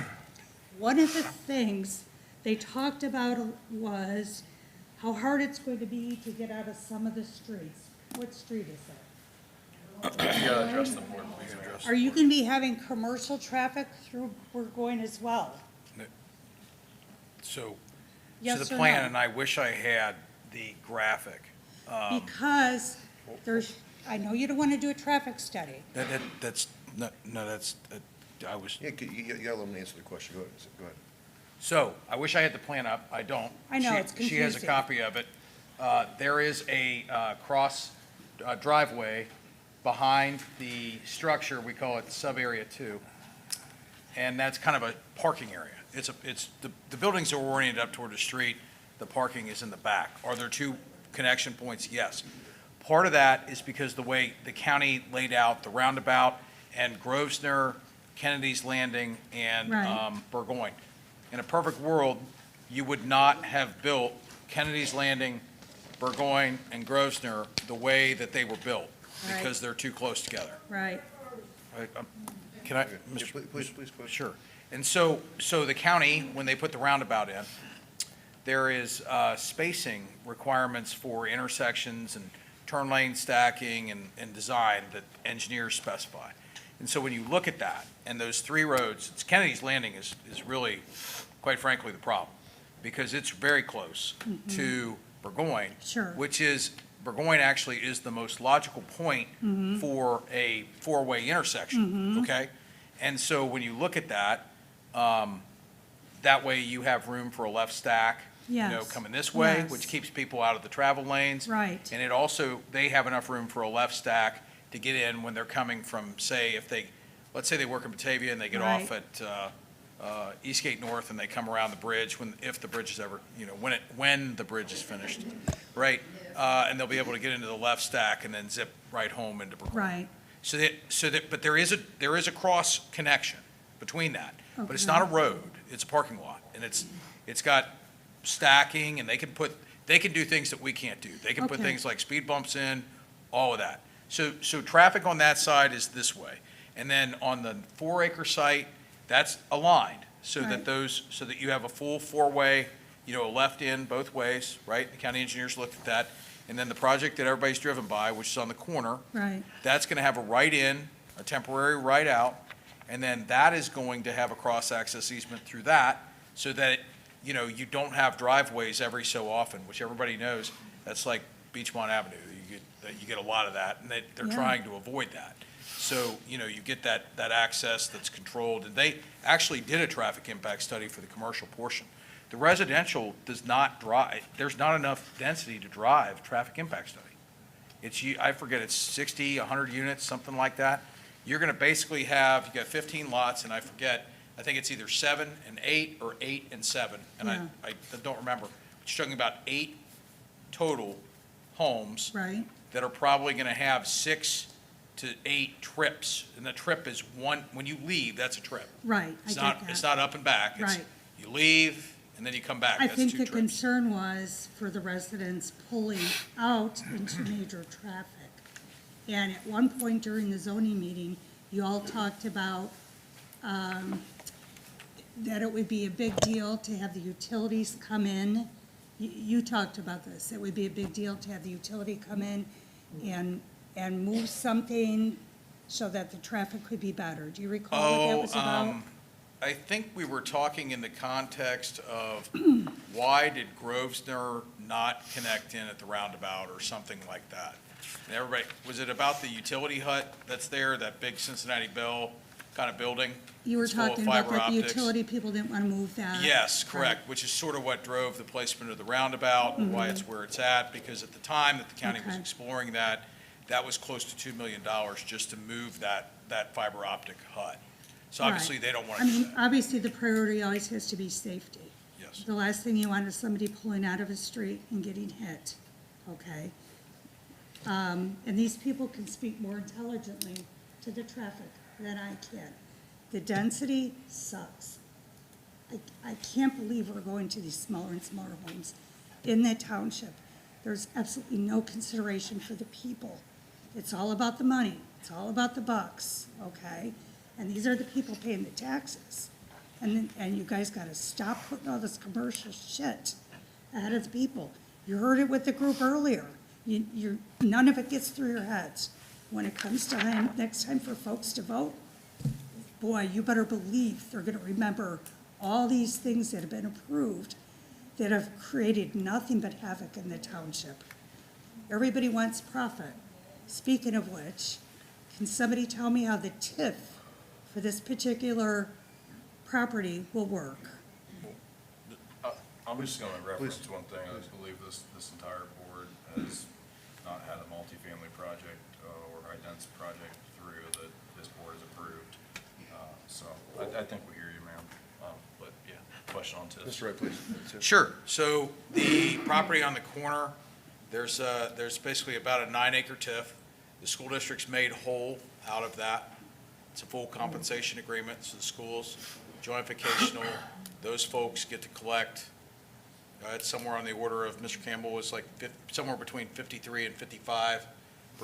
It varies based on the reduction factor every year that resets. When they do Okay, that, I'm sorry, Mr. Wright. I know you're explaining this, but I'd like to understand in layman's terms. sure. So And- the and let- TIF does not abate any property tax. The TIF, Okay. people who are in TIFs. Right. They pay a small chunk of regular property tax, and then they make a pilot payment. It's a Right. payment in lieu of taxes equivalent to what the taxes would have been. Right. But for the TIF. Then, and so instead of the money getting carved up 40 or 50 different ways, or whatever it is, the pie with lots of little slices, the pie comes to the township, and the biggest slice goes to the school district. And they continue to receive that. Is that for 30 years? Yes, they continue to receive their money, yes. And then the remainder, which is about 42 to 45%-ish, we actually send some to the jointificational district as well. Great Correct. Oaks, because we have to. Right. And then the remainder of that, the township retains, and we can use that for infrastructure, safety services, which predominantly is what we use. We use it for safety services. Which properties does the TIF apply to? There's only a TIF on the 4 acres and then the Bunnell Hill project to the north of it. Okay. We would not TIF the residential parcels. Okay, and what was the prior agreement with the school before it became renegotiated as part of the TIF? There wasn't one. I thought there was one in December. No. How much money will the school be getting? They get made whole. They get every dollar that they would have gotten, Okay. whether the TIF exists or Okay, not. good. That's. That helps me understand it better. And the school's And I- annual budget's like $125 million a year. Right. Our budget that we actually operate off of is about $40 million a year. Uh-huh. So when we talk about taxes, it's a lot of the inefficiencies of the, or Yes. efficiencies, however you want to look at it. Yes. because we very efficiently run operations here. And Mr. Right. Wright, I think important to the taxpayers, they see a reduction factor Yeah. on Yes. their property taxes. Yeah, so the same Because of levies. TIFs, it gives you a reduction Yeah, factor, okay, lowers your very property good. tax. That helps me understand that So- portion a little better. When developers do that and they Right. improve property value on the Right. TIFs within the township, Right. at least for the residents inside. So Union bottom Township, there's a line, the reduction. development is not thinking about the residents. You've been told that, I don't know how many times tonight, by myself, this group, the prior group. And at what point do we stop? When are we gonna run out of land? Because all we're doing is creating pollution. Every time you dig up, excavate, build, knock down all these trees, okay? You've got more noise pollution, more air pollution, more land pollution, which Mr. Becker knows exceptionally well, okay? How are we gonna deal with all that?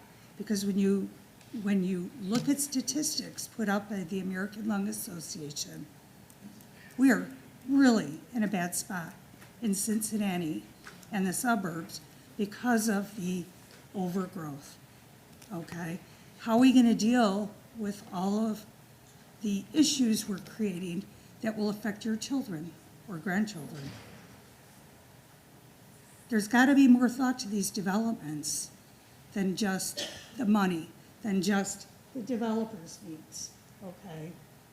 There's gotta be thought to the people paying these taxes. Nobody's totally against development. They're against overdevelopment. They're against stupid development. They're against misdevelopment in the name of money. Because they take pride in their town. They take pride in their homes. They're very sad and very disappointed that they're constantly talked over and voted over. That shit has to stop. Because you guys won't be here anymore, okay? And maybe you don't want to be here anymore. But you're screwing these people's lives. As far as I'm concerned, they should be paid compensation for the crap they're gonna have to put up with in terms of traffic and noise and construction, okay? There should be an impact fee for the residents, because they don't even know how much their property's gonna be worth when it's all done. Okay, so again, I'm not from here. I can't totally speak intelligently. I can speak passionately because I've lived here for 34 years and I'm sick and tired of bullshit development. I love development, I love homes. There's a way to do them, there's a way not to do them. But you put your residents first, not your builders. Capiche? Thank you for the support. Thank you, That's why we guys. got this new board. Thank you.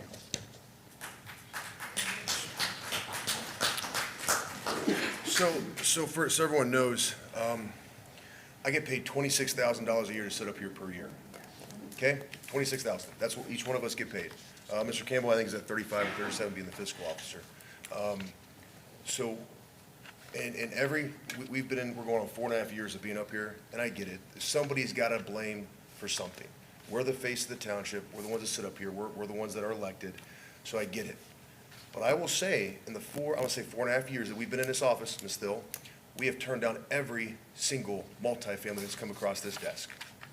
What you're seeing now is what was voted on by the previous board before 4.5 years ago. The problem is construction and everything took a long time to get the ball rolling. It's already approved. We did not approve it, just so y'all know. And as far as money in township, John Becker, Joe Dills, Michael Lowe, we get paid $26,000 roughly a year to do this job. I've approved residential homes, which are needed, but as far as apartments and multifamily, the answer is no. As a matter of fact, a few months ago, we turned out a $40 million investment for senior retirement homes to be put in here over across the street in Mount Carmel behind the new chicken place. We shot it down, Ms. Thill, we shot it down. $40 million, we shot it down. Because the residents overwhelmingly said, everyone's mad about Doug Evans.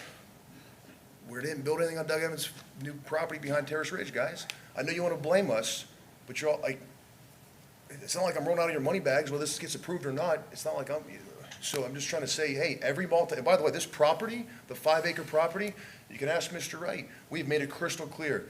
We've made a lot of developers very angry because you know what they want to put there on that 5-acre site? They want to put more apartments. And we said, Mr. Right, not now, not ever, we're not doing it. So you would not believe the amount of apartments that wanted to come by this board to be voted on, we would have shot it down. I said I want a restaurant bar type of thing, like a nice, like a Little Miami Brewery type of restaurant to go there, something like that. No apartments.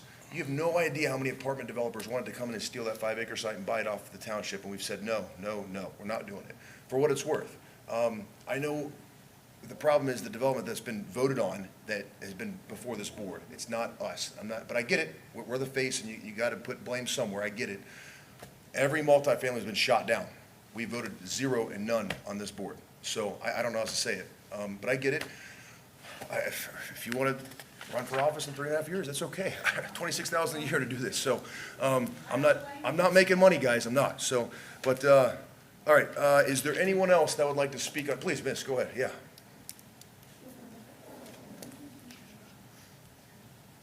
All right, please. And same thing. I got to swear you in. All right. Do you swear to tell the truth, the whole truth, nothing but the truth, so help you God?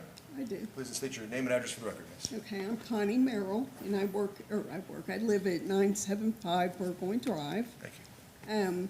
I did send a letter to the 3 trustees. Got it right here. In the email. Okay, that's what I was gonna ask you. I know Mr. Becker responded, but I didn't hear from you two, so I brought copies just in case. I'm assuming you read it.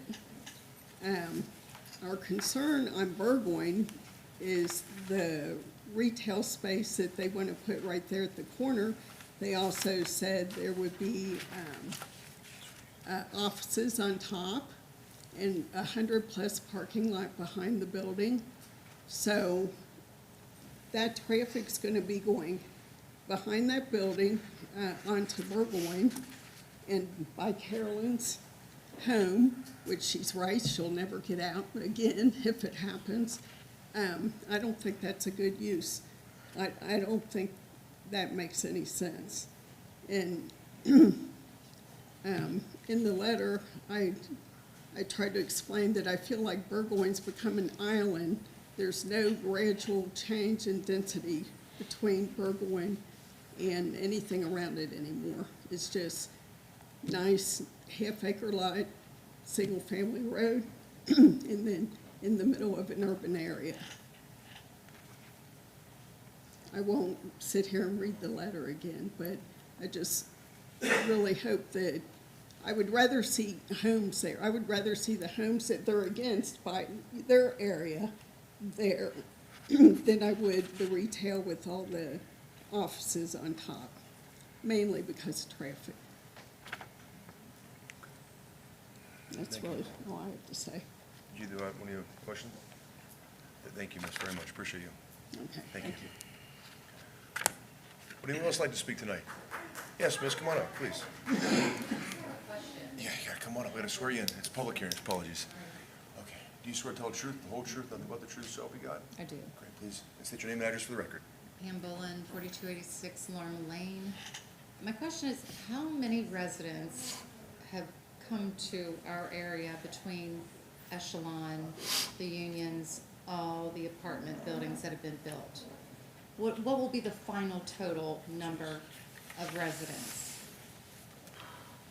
Off the top of my Yeah, head, please, I think there's 188, 187, 188 in Echelon. There's about 130 in Gentry, 262 in Union Commons, 120-ish in the senior portion. I'm just doing math in my head, sorry. So that totaled, what, 800 Yeah, I mean, something units? Times, what's the number of people that can live in each unit? I mean, the dwelling unit, I mean, the household size is much lower in the attached stuff, for sure. It's a lot of singles, a lot of twos. 2-bedroom? Yeah, I'm just saying, like, it's a lot of single people or a lot of ones and twos, like a couple or But whatever. there could be more. Yes, yeah, I mean, you could have more. 2 vehicles per unit? Sometimes. They usually park them at about 1.3 to 1.4 parking spaces per unit, because a lot of people who rent are singles. So they have a lower parking threshold than like what you would see for a Meijer.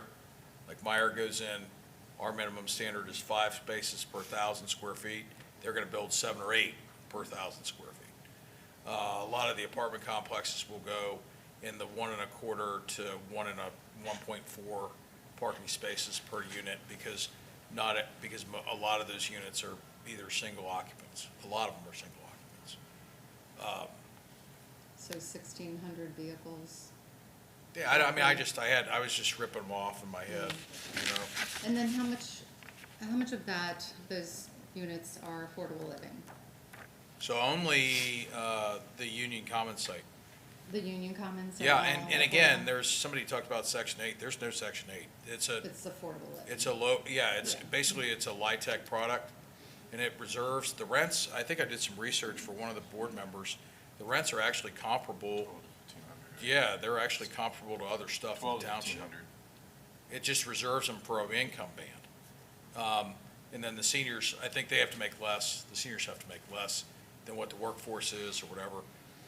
That's the only part. The rest of this stuff's gonna be $2.20 a square foot, probably. The stuff over off of Buxton, super high-end stuff. The stuff next to it, $1.70, $1.80 a square foot, higher than Echelon. Gentry's lower than Echelon. Echelon is right on par with these other things. So, most of it. And then the other thing that was something brought up in the hearing was traffic split at the roundabout. Everybody thinks everything's gonna dump to the roundabout. The site actually is split 50-50. Half of it goes to Buxton. Talking about the high school site. So half of it goes to Buxton. I remember that. from Doesn't, last night. the two shall never meet. It's closed. Yep, off. and unless they walk. They can get through there if they walk, but they can't drive. So I think the chief might be able to figure out an emergency access path through there if we needed to, but it's not, you're splitting traffic, so you got half of it going this way. Probably a good idea. So, Yeah. yeah, Okay, that's all I wanted to know. yes, ma'am. Okay, thank you. Is there anyone else that'd like to speak on the zoning case? Sure, miss. You gotta come back up to the podium. I already swore you in, so I don't have to swear you back in. Make sure she restates her name. Yeah. Just do me a solid. Can you state your name and address for the record again? Okay, Carolyn Lautenslager, Thank you, 960 Burgoyne Drive. And I would like to say, I don't think Union Township needs any more retail. I have seen everything from Steinberg's to Biggs to every restaurant under the Scots Sun come and go. I don't think Eastgate Mall was ever a huge success. And right now, you've got the shops at Kennedy Landing right across from where they want to put more retail, and it's never been good. Thank you. Thank you, miss. Appreciate it.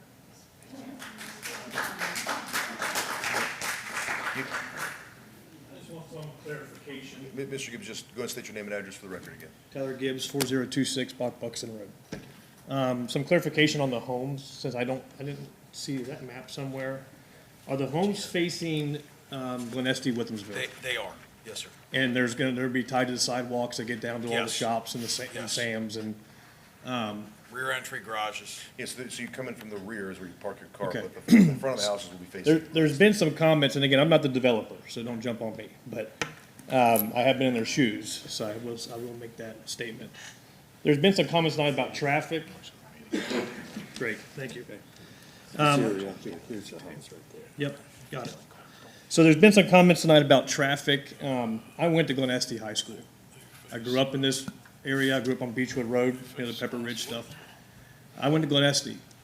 I don't think you can get worse traffic than Glen Estee High School. It was awful. You had to leave at 6:30 in the morning to get to school on time. And so what we've done there is great, in my opinion. There's flow through there now. It just flows. Roundabouts are great. And then the idea of devaluing property taxes, I don't think anybody in here has a home that they bought even 5 years ago that's worth less than what it is now. And so those are the comments that it's like, I never really understood that argument because Union Township, we used to be able to buy houses on Summerside Road for $50,000 that are selling for $300,000 now, and we're talking in the last 10 years. And so this idea that it devalues property tax, I just don't think there's much merit or facts to that. Union Township property values are skyrocketing. And so I don't think the $400,000 or $500,000 houses are out of line. You go down Weebold and you go down, what is that, Lorma, which again, Weebold was another entrance for Glen Estee High School. So there was constant traffic, not neighborhood traffic now that it has now. There was through traffic from there all the way to Clough Pike. It was my shortcut to not have to go past the helicopter park. And so this plan, I think, solves some of the issues we had 10 or 15 years ago. And so again, I understand. I don't live in high density anymore. I moved out. I understand some of the concerns. But there's also a risk with living in high density areas. At one time, Lorma and Weebold was probably a high density development for its time. You know what I mean? And so, so some of the comments tonight, I just think we can work on understanding some of that, you know, and again, the traffic flow through this area is better than I've ever seen in my 31 years of living in this township. This traffic flow is better than ever before. So, I'm sorry to be the bad news here, but, you know. Whose is this? Appreciate you, thank you. Any questions for me? No, I think we're okay, thank you. Okay, is there anyone else that'd like to speak on this case tonight?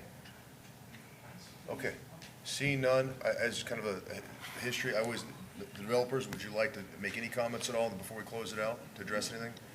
Okay, now I already swore you in, but just go ahead and state your name and address for the record. Are we going to do this again? No, I don't swear you, you're good. I'm just happy to, as we did at the planning commission meeting, I'm happy to stay after the meeting to talk to anybody. I do have some plans here, same things that we're going to be up there. If anyone would like a better understanding of what we're doing. Thank you very much, appreciate it. Okay. No further comment? Okay, gentlemen, I will entertain a motion to, where are we at here? Hold on, there it is. To close public hearing. So moved. Second. Okay, Mr. Campbell, roll call. Mr. Becker? Yes. Mr. Logue? Yes. Mr. Dills? Yes. We're out of the public session at 9:18 PM. Okay, all right, please. Mr. Dills, I was going to ask Lisa if she can try to bring that up again to get it on the stream at least for the video for the next case. So Okay. maybe And, this reset, maybe it cooled off or something, I don't know. I got Folks, you have my word that this won't happen again. We'll get it fixed for our next meeting. Oh, yeah. Okay, tradition, Mr. Vice Chair, any comments or questions, sir? Open to the Board of Trustees. Yes, Chairman. So, been listening intently to the concerns of the residents, what the developers have in mind. At the same time, looking through the materials, kind of refreshing the staff report and the maps and such, refreshing all this in my mind. I had concerns from the beginning with this project. I'm hearing from the residents legitimate concerns about, some public safety issues. As I've made clear repeatedly, the 5 years I've been on this board and running for the office before that, I hate high-density housing. I just always have. And, I'm seeing 30 to 35-foot width lots. The setbacks of 5 feet on each side. Density of 6.5 units per acre. And I know there's 3 sections here. Some of this, of course, is commercial, some of this residential, and as a package here. I have concerns, and frankly, I share the concerns of the residents. I don't like it. That concludes my remarks. What about the commercial part of it? I have less concern about the commercial part of it. If this were broken into 3 different sections, I might be inclined to vote for 1 or 2 of them. The residential part is what gives me the most heartburn. Mr. Logue, sir?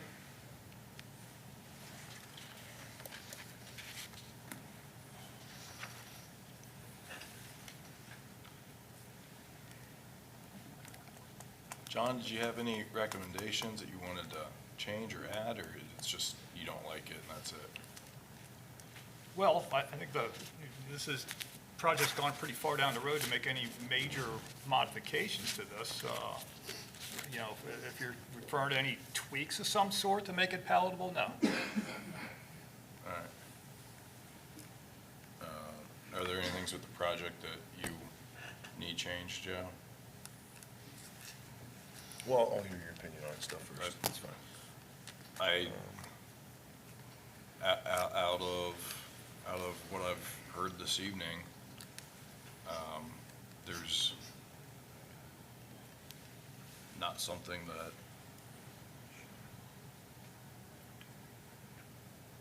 clearly identifies to me where there's a request or a change to be made to it. So I know there's the recommendation for the approval with the further modified by the zoning commission, approve with additional. I don't think there's any additional or subsequent modifications. So I didn't hear any. I mean, am I missing anything? Is there not any? No. Yeah. That is an area of the township that is dense. We heard a lot of great feedback from community throughout. I've said this and I've repeated this many times. From listening to residents and through,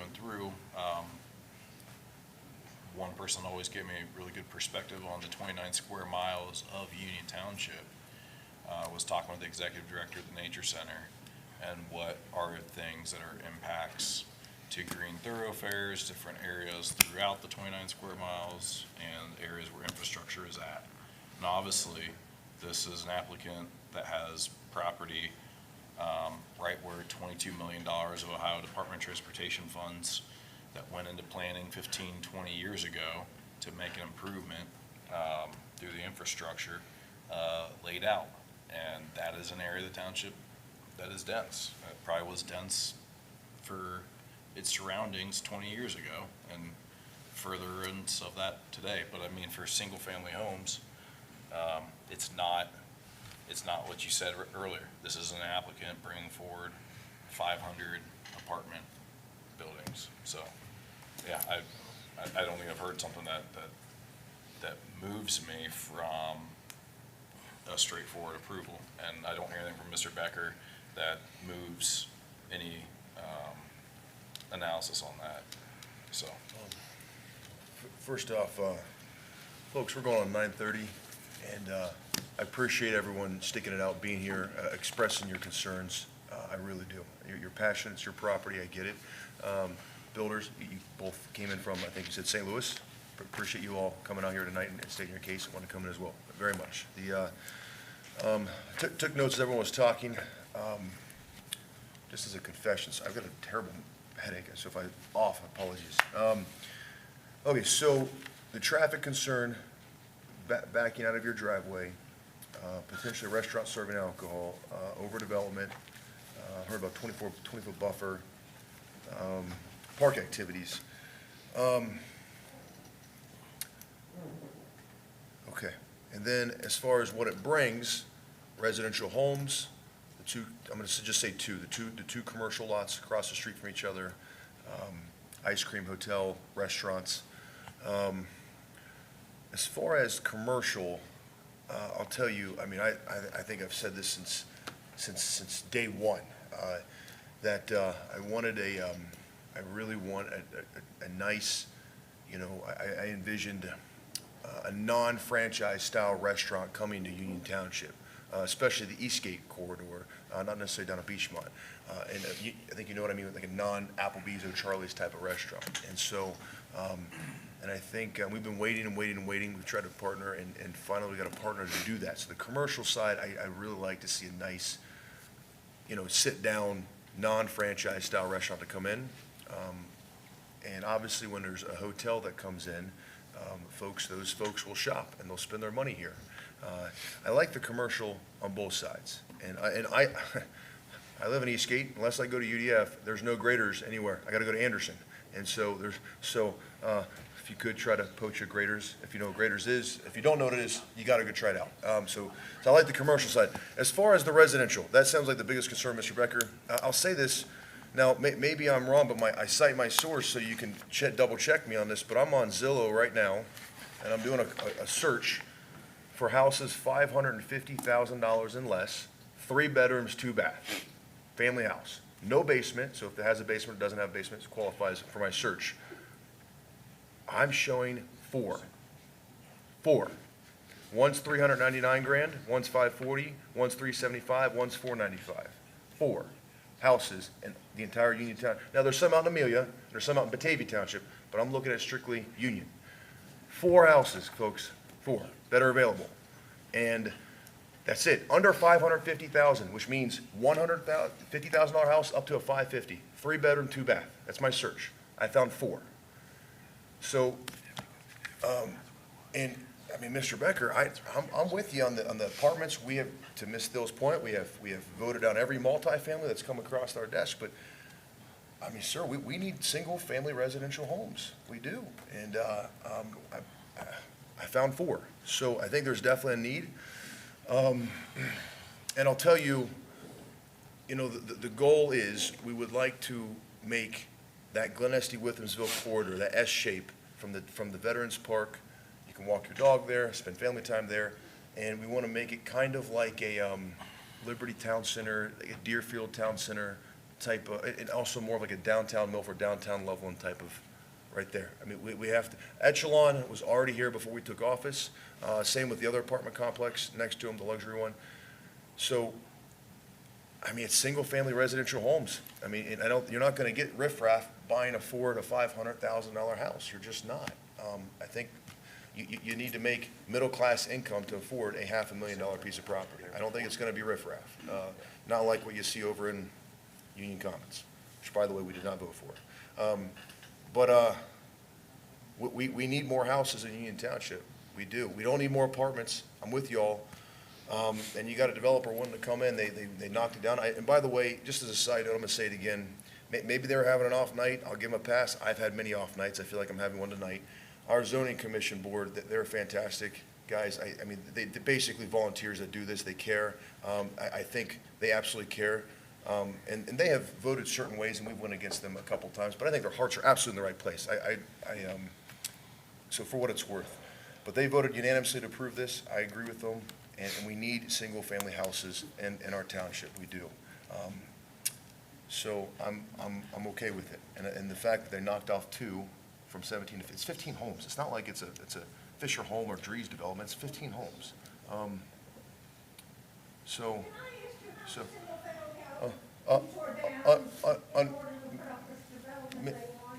on, Miss, sorry, we closed public comments, unfortunately, I'm sorry. Well, I was actually gonna make a point to the chairman or ask the question. Mind you, it was single-family homes in place at this location, and this is being essentially replaced with single-family homes, right? I mean, that's how I see it. Single-family homes for single-family homes. I wish this was up, it's gonna, But like I said, I've seen the drawings, they're beautiful. It's gonna look kinda like more of like a downtown Newtown, like on Church Street. The homes are. They're absolutely beautiful. I mean, you don't buy a $500,000 piece of property, not be pretty, so. But okay, so. I'm good. Is this it? Hold on. It's okay, it's all right. All right, so, any more, Mr. Becker, any more discussion? Okay, Mr. Logue? No, I'm good. I'm definitely good. Okay, all right. And we've already closed it, so I'll entertain a motion to approve, correct? Yes. Okay, gentlemen, I'll entertain a motion to approve Union Township zoning case 2-26-Z as in Zulu with the recommendations, per the zoning board. So moved. Second. Any further discussion? Mr. Campbell, roll call. Mr. Becker? No. Mr. Logue? Yes. Mr. Dills? Yes. Motion carries. Okay, second public hearing is Union Township zoning case 2-3-Z as in Zulu, a plan development major amendment. Mr. Wright, do the best you can without PowerPoint. Sure. So this is an application for a major amendment on behalf of UDF submitted by K4 Architects. This is going to be at the adjacent to just north of the Provision Living site, right at the new roundabout on the Bach-Buxton side. I wish I had a picture. It looks just like, maybe Lisa can get it up for 30 seconds or less for people to see the rendering of that. It looks like all the new UDFs, high-quality building, high-quality design. The board's been provided that. I'm a big picture's worth 1,000 words kind of guy. But basically, they've put together a plan for this. It's a 5-acre commercial tract that was designated specifically for commercial in that. There are several conditions. These are more very technical recommendations that we provided because this is a commercial property, and I had a chance to get kind of down in the weeds on it, so we get it right. It's consistent with the land use plan, consistent with the zoning, it's not adjacent to any residential. Maybe she'll be able to, can you switch to the other presentation, Lisa? He's got them, there's two different PowerPoints. It's all right. So, in any event, she'll find it, maybe she'll get it up again for like 30 seconds or whatever. But looking at this, you know, it meets the PD district requirements. It meets the recommendations of the comp plan. The site is located in the central retail corridor. It is retail. It's supportive of sort of the infrastructure in that area. It will have some adjacency to a shared use walking path, which, you know, kind of cool. You'll be able to walk, go get ice cream or whatever. It'll also have a 8 fuel center, bay fuel center there, dark sky compliant lighting, kind of all the particulars of the high quality development standards that we have for this project. So good use, doesn't really impact anybody. Background traffic's probably 18 to 20,000 cars a day and growing in this area. The county and township are partnering on a $12 million shared use path /2. And everybody hates roundabouts, they actually work. 2 roundabouts to alleviate congestion at Shaler and the 90-degree bend. That will be a significant improvement in safety, and this project will access off of that. There'll be an additional commercial lot in the back of this parcel. They have yet to determine who is going to be there, but I believe UDF's going to own that parcel. And again, if you know anything about their facilities, first-class, high-class facilities, not related to this case whatsoever. They're actively working with us to reposition the former Glen Estee UDF. Sorry. They're redoing the former UDF, the corner of, what is that, Eastgate South, and it's going to be a much better looking building than currently there. And I'm really proud of the fact that these guys really dig in and do a nice job on not only, you know, maintaining a commitment in the community, but also investing, I believe, and they'll tell you what the total investment on this is, but if they get an opportunity to speak. So that concludes my report. And basically, it's, if you've been to Miami Township. Branch Hill. Wolf Pen, right by the high school. Yeah. It's gonna look very similar. Well, actually, I'll let them explain. Yeah, We sure. don't have a visual, but it's a real pretty. It'll look a lot like, if anybody's been at Branch Hill, Love in Miamiville, if they've been down in Milford, River's Edge, that new store, you indicated the Wolf Pen store, it'll be very, very similar and meet their new brand standard, improved design, very open and airy stores. I mean, so, don't want to steal their thunder on the presentation. I really wish we could put the graphic up on the PowerPoint, but it is not cooperating tonight. And I think we have, that horse is out of the barn, so to speak, so. Mr. Becker, any questions for Mr. Wright? What did you say is going on with the old UDS that closed? a couple They're years ago? repositioning it, and they're gonna subdivide it into a 2-tenant space to put, I believe they're looking at fast casual restaurants in there. They'll be doing some facade renovations, kind of redecorating, modernizing the building, sidewalks, landscaping, the whole 9 yards. So again, by virtue of them leaving, had a little bit of, you know, delay with the road project, now they're gonna reinvest in that facility, plus make another investment on Black Bucks. 2 commercial tenants. Yes. Sorry. Yes. Yes, sir. Yes, sir. Yes, sir. Yes, sir. Yes. Two commercial tenants, Fast not multifamily. Any more questions, Mr. Wright? Look out for you. Any more questions, Mr. Wright? Okay. All right, gentlemen, I will entertain a motion to open public hearing, Union Township zoning case 2-3-Z Zulu, plan development major amendment. So moved. Second. All right, Mr. Campbell, roll call. Mr. Becker? Yes. Mr. Logue? Yes. Mr. Dills? Yes. We're opening the public hearing at 9:35 PM. Okay, so, first, usually the developer comes up, or anyone that's a proponent of this case, come on up. And then, I gotta swear you in. All right, would you raise your right hand? You swear to tell the truth, the whole truth, nothing but the truth, so help you God? I do. And then go and state your name and address for the record. John Lucas with K4 Architecture, 555 Guest Street, Cincinnati, Ohio, 45283. You said John Lewis? John Lucas, Lucas. Lucas. Please. So we work with UDF on all their projects. This project will be identical to Amelia, except for the building will be flipped. The patio will be on the opposite side. So they are looking to use this location to replace the Glen Estee store they lost due to right-of-way take from the road project at 32. And then the back, they haven't decided what they're gonna develop back there, but the overall development for the site, it cost them about $10 million. That's about what UDF will put into building a new store there. And we don't have any issues with conditions that staff had sent us regarding lighting stuff. We'll work through that and the signage with staff, along with the connections to the path.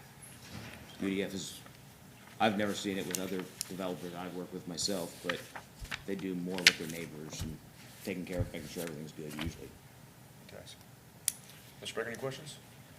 Yeah, so in the Cincinnati area, as far as, I guess the square footage of UDFs and the fuel pumps, how does this compare? Is it, I guess, kind of in sync with the newer ones, or is it bigger? Or This is it in about- sync with the newer ones. The older ones are anywhere from 3,200 to maybe up to 4,500 square feet total. The newer ones are a little over they're like 6,500, and that's because they have other offerings that they're doing. They're doing more food offerings in the stores, as well as more product offerings that they do in the stores. And how many square feet is this one? It's around 6,500. Okay, so this is pretty much the biggest UDF makes.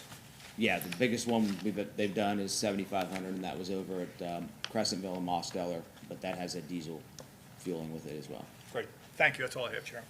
Mr. Luke? You've got, so you're the architect, I see that with K4. Yes. And then it's UD. Tim Jim? Kling with United Dairy Farmers. He's the head of real estate and construction. Okay. Yeah, no, really like the product that you guys bring to the new store model. Appreciate that. I know that, yeah, it's a really good quality product that happy to be able to have. So, thank you. Mr. Lewis, appreciate you being out here. Yeah, good job, thank you, appreciate you. I apologize, your PowerPoint isn't working either, I'm sorry. Is there anyone else like to speak on this as a proponent? Oh, please, I do got, do you have a case, I gotta swear you in. Do I do this? Okay. All right, do you swear to tell the truth, the whole truth, nothing but the truth, so help you God? Yes. Great, and state your name and address for the record. David Bayless, 2 Greenbrier Drive, St. Louis, Missouri, 63124.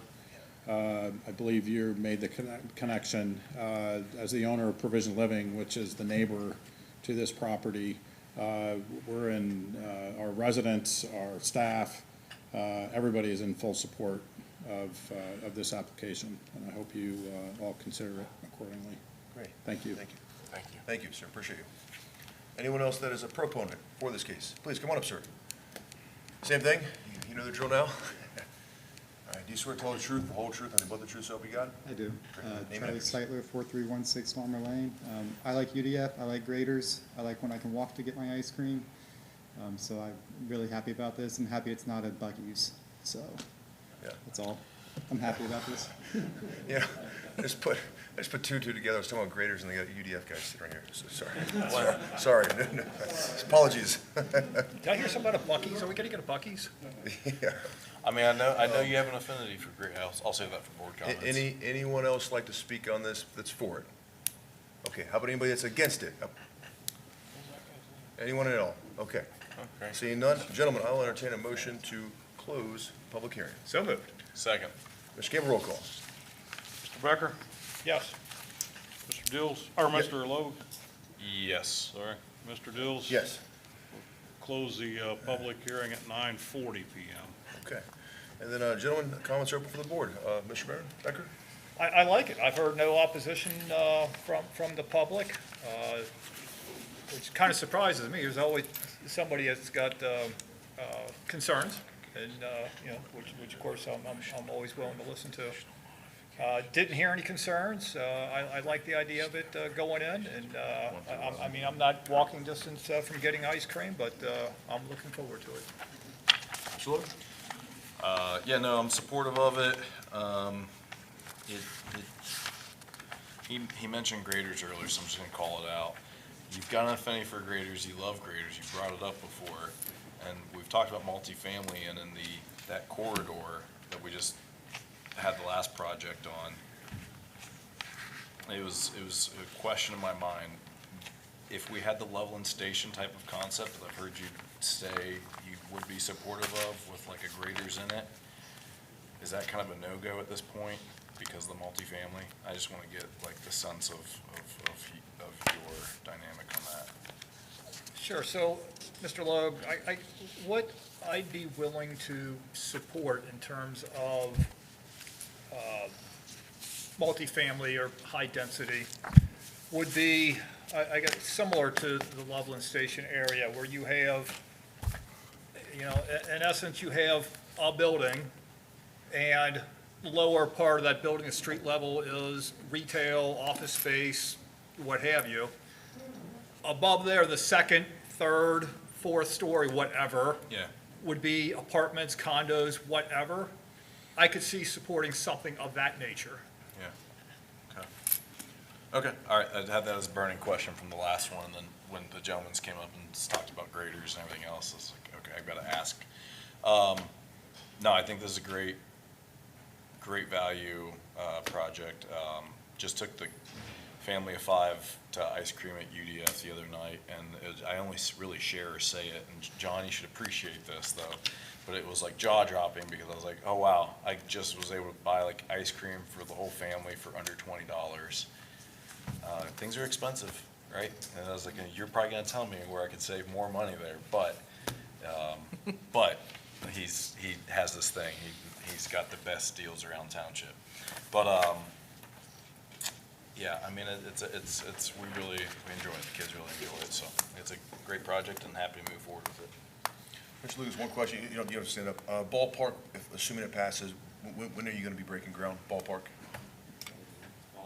Fall? This fall? Fantastic. All right, that's all I got. I think you're gonna kill it. It's gonna be just fine. I think it's gonna do very well in the township, so. Gentlemen, I'll entertain a motion to approve zoning case, Union Township zoning case 2-3-0, the PD major amendment. So moved. And they're aware of the staff recommendations, items 1 through 11? Yeah, with recommendations. All right, Second. all right, there we go. And then, any further discussion? Mr. Campbell, roll call. Mr. Becker? Yes. Mr. Logue? Yes. Mr. Dills? Yes. Motion carries. All right, congratulations to both of you. You're more than welcome to stick around, or you can take off, either way. Yeah, thanks, guys. Appreciate you very much. Thank you. Thank you. Thank you, guys. Okay, no old business. Moving on to new business, our consent agenda. Gentlemen, I entertain a motion for our consent agenda, the approval of minutes from March 10th, 2026, regular meeting minutes, March 10th, 2026, zoning meeting minutes, the approval of payments as prepared by our fiscal officer, Ron Campbell, and approval of our monthly financial reports as prepared by our fiscal officer, Ron Campbell. So moved. Mr. Lowe, would you care to second that? Second. Okay. Mr. Campbell, roll call. Mr. Becker? Yes. Mr. Logue? Yes. Mr. Dills? Yes. Motion carries. It's getting late. Yeah. Go ahead. Under the motion agenda, I just noticed that we had a late-minute ad to just do some housekeeping on the JED appointments, and apparently the board didn't get the updated copy in their packets. So you want to do it now? No, we can add it as a point of order or whatever, we'll have to make a motion to add it to the agenda. You want to do it right now? No, go ahead, I didn't want to interrupt. Oh, no, it's okay. No. Okay. Well, do you want to add the JED ones when? You guys already do the consent agenda? We did. Okay, so now we're in the motion agenda. Correct. Okay, so we can do the purchase orders, and then I'll need, what's the correct Robert's Rules of Order, Mr. Becker? Write it down. You're like the parliamentarian. Oh, that scares me. We do a motion to amend the agenda to add JED appointments for JED 1 and JED 2? Sure, that sounds good. Okay. We'll do that when we get there. All right. All right. Okay, approval of purchase order exceeding $15,000. Mr. Wright, I'll throw it over to you, sir. Yes, sir. Regarding purchase orders, I got a whole laundry list of them for the board this evening. 2 pages, 2 separate action items. I'll read the first one first, or the last one first. National Shotcrete LLC in the amount of $227,014 for the Terrace Ridge SID Fund Custodian Culvert Lining Project. That is a separate item of consideration. And then the second list I have is, the first one is Kevin Carpenter for $25,000 for nuisance abatement at 851 Meadow Ridge. That's an admin zoning PO. The second is to A&A Safety for our portion of a joint pedestrian walkway relocation project along Glen Estee in the vicinity of Veterans Park. for RRFBs, 3 total amount $25,000. Third is to Echelon by 360, and the rest of these, a lot of these are TIF payments. Echelon by 360, Phase 2 Echelon payment, $38,907.25. Next one is the Milford Board of Education, it's first half TIF settlement payment in the amount of $1,059,559.28. The next one is the Echelon 360 for the first half settlement for Phase 1 of Echelon, $47,923.79. The next is to Stephen K. Malink for a first half TIF settlement to Malink Industries for $18,139.10. The next item is to Redwood Living for developer agreement in the amount of $105,646.96. And that's related to Redwood's Savannah Ridge off of Buxton. The next is Claremont Northeastern Local Schools in the amount of $60,879.42, and that's a TIF settlement. Batavia Schools TIF settlement $32,462.91. West Claremont Schools first half TIF settlement $2,286,195.83. The next is to Great Oaks, their first half TIF settlement $57,117.26.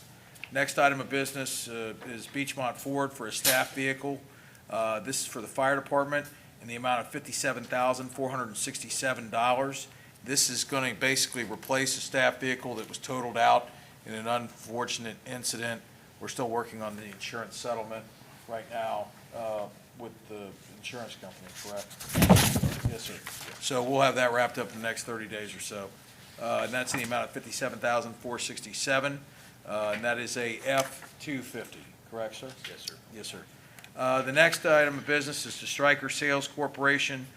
This is for, we're basically migrating our Stryker stuff where we'll go out. I think we spend about $160-ish thousand a year just replacing things on a wear-out type basis. Our cardiac monitors are all at the end of their useful life in our medic units. If one goes out, we can't have, the technology is not the same. We're basically going to migrate this over to a similar type of, we'll call it like an equipment lease, similar to the tasers, similar to body-worn cameras, similar to those kind of things, which we're basically going to absorb, all of the existing costs plus unforeseen costs when the stair chairs break, when the easy load cots break, or, God forbid that we lose a couple cardiac monitors because they're, how old are they, Chief? Between 8 to 12 years old. 8 to 12 years old. So if we lose one of those and they don't make that technology anymore, so if we're looking at about, what, $60,000 to $70,000 a pop? For one brand new, correct. For one. So this will allow us to spread that over a 5-year term, and at the end of the 5 years, we would own that equipment. Is that correct? We have the option. We have the option to do it or to enter into another agreement. So, so this is kind of a shift from panicking at one time, big time expenditures, to budgeting and making sure that our crews have the best equipment.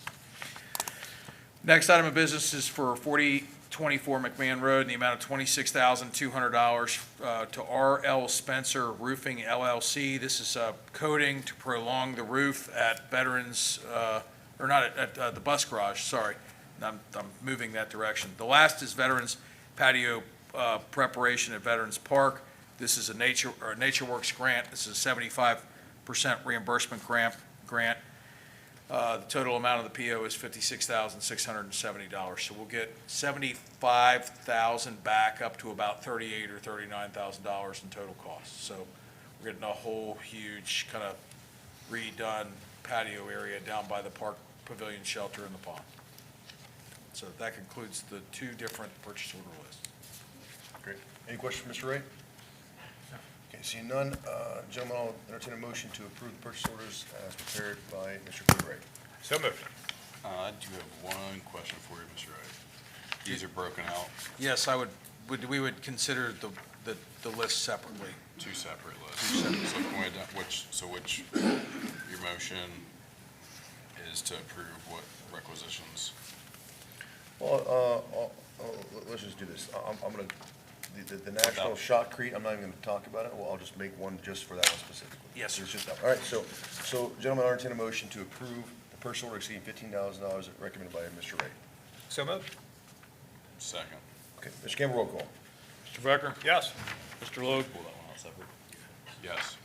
Mr. Dills? Yes. Motion carries. All right, gentlemen, entertain a motion for the approval of purchase order of $227,014, net for National Shotcrete LLC. So moved. Second. Mr. Campbell, roll call. Mr. Becker? Yes. Mr. Logue? I'll abstain. Okay. And then Mr. Dills? Yes. Motion carries. All right.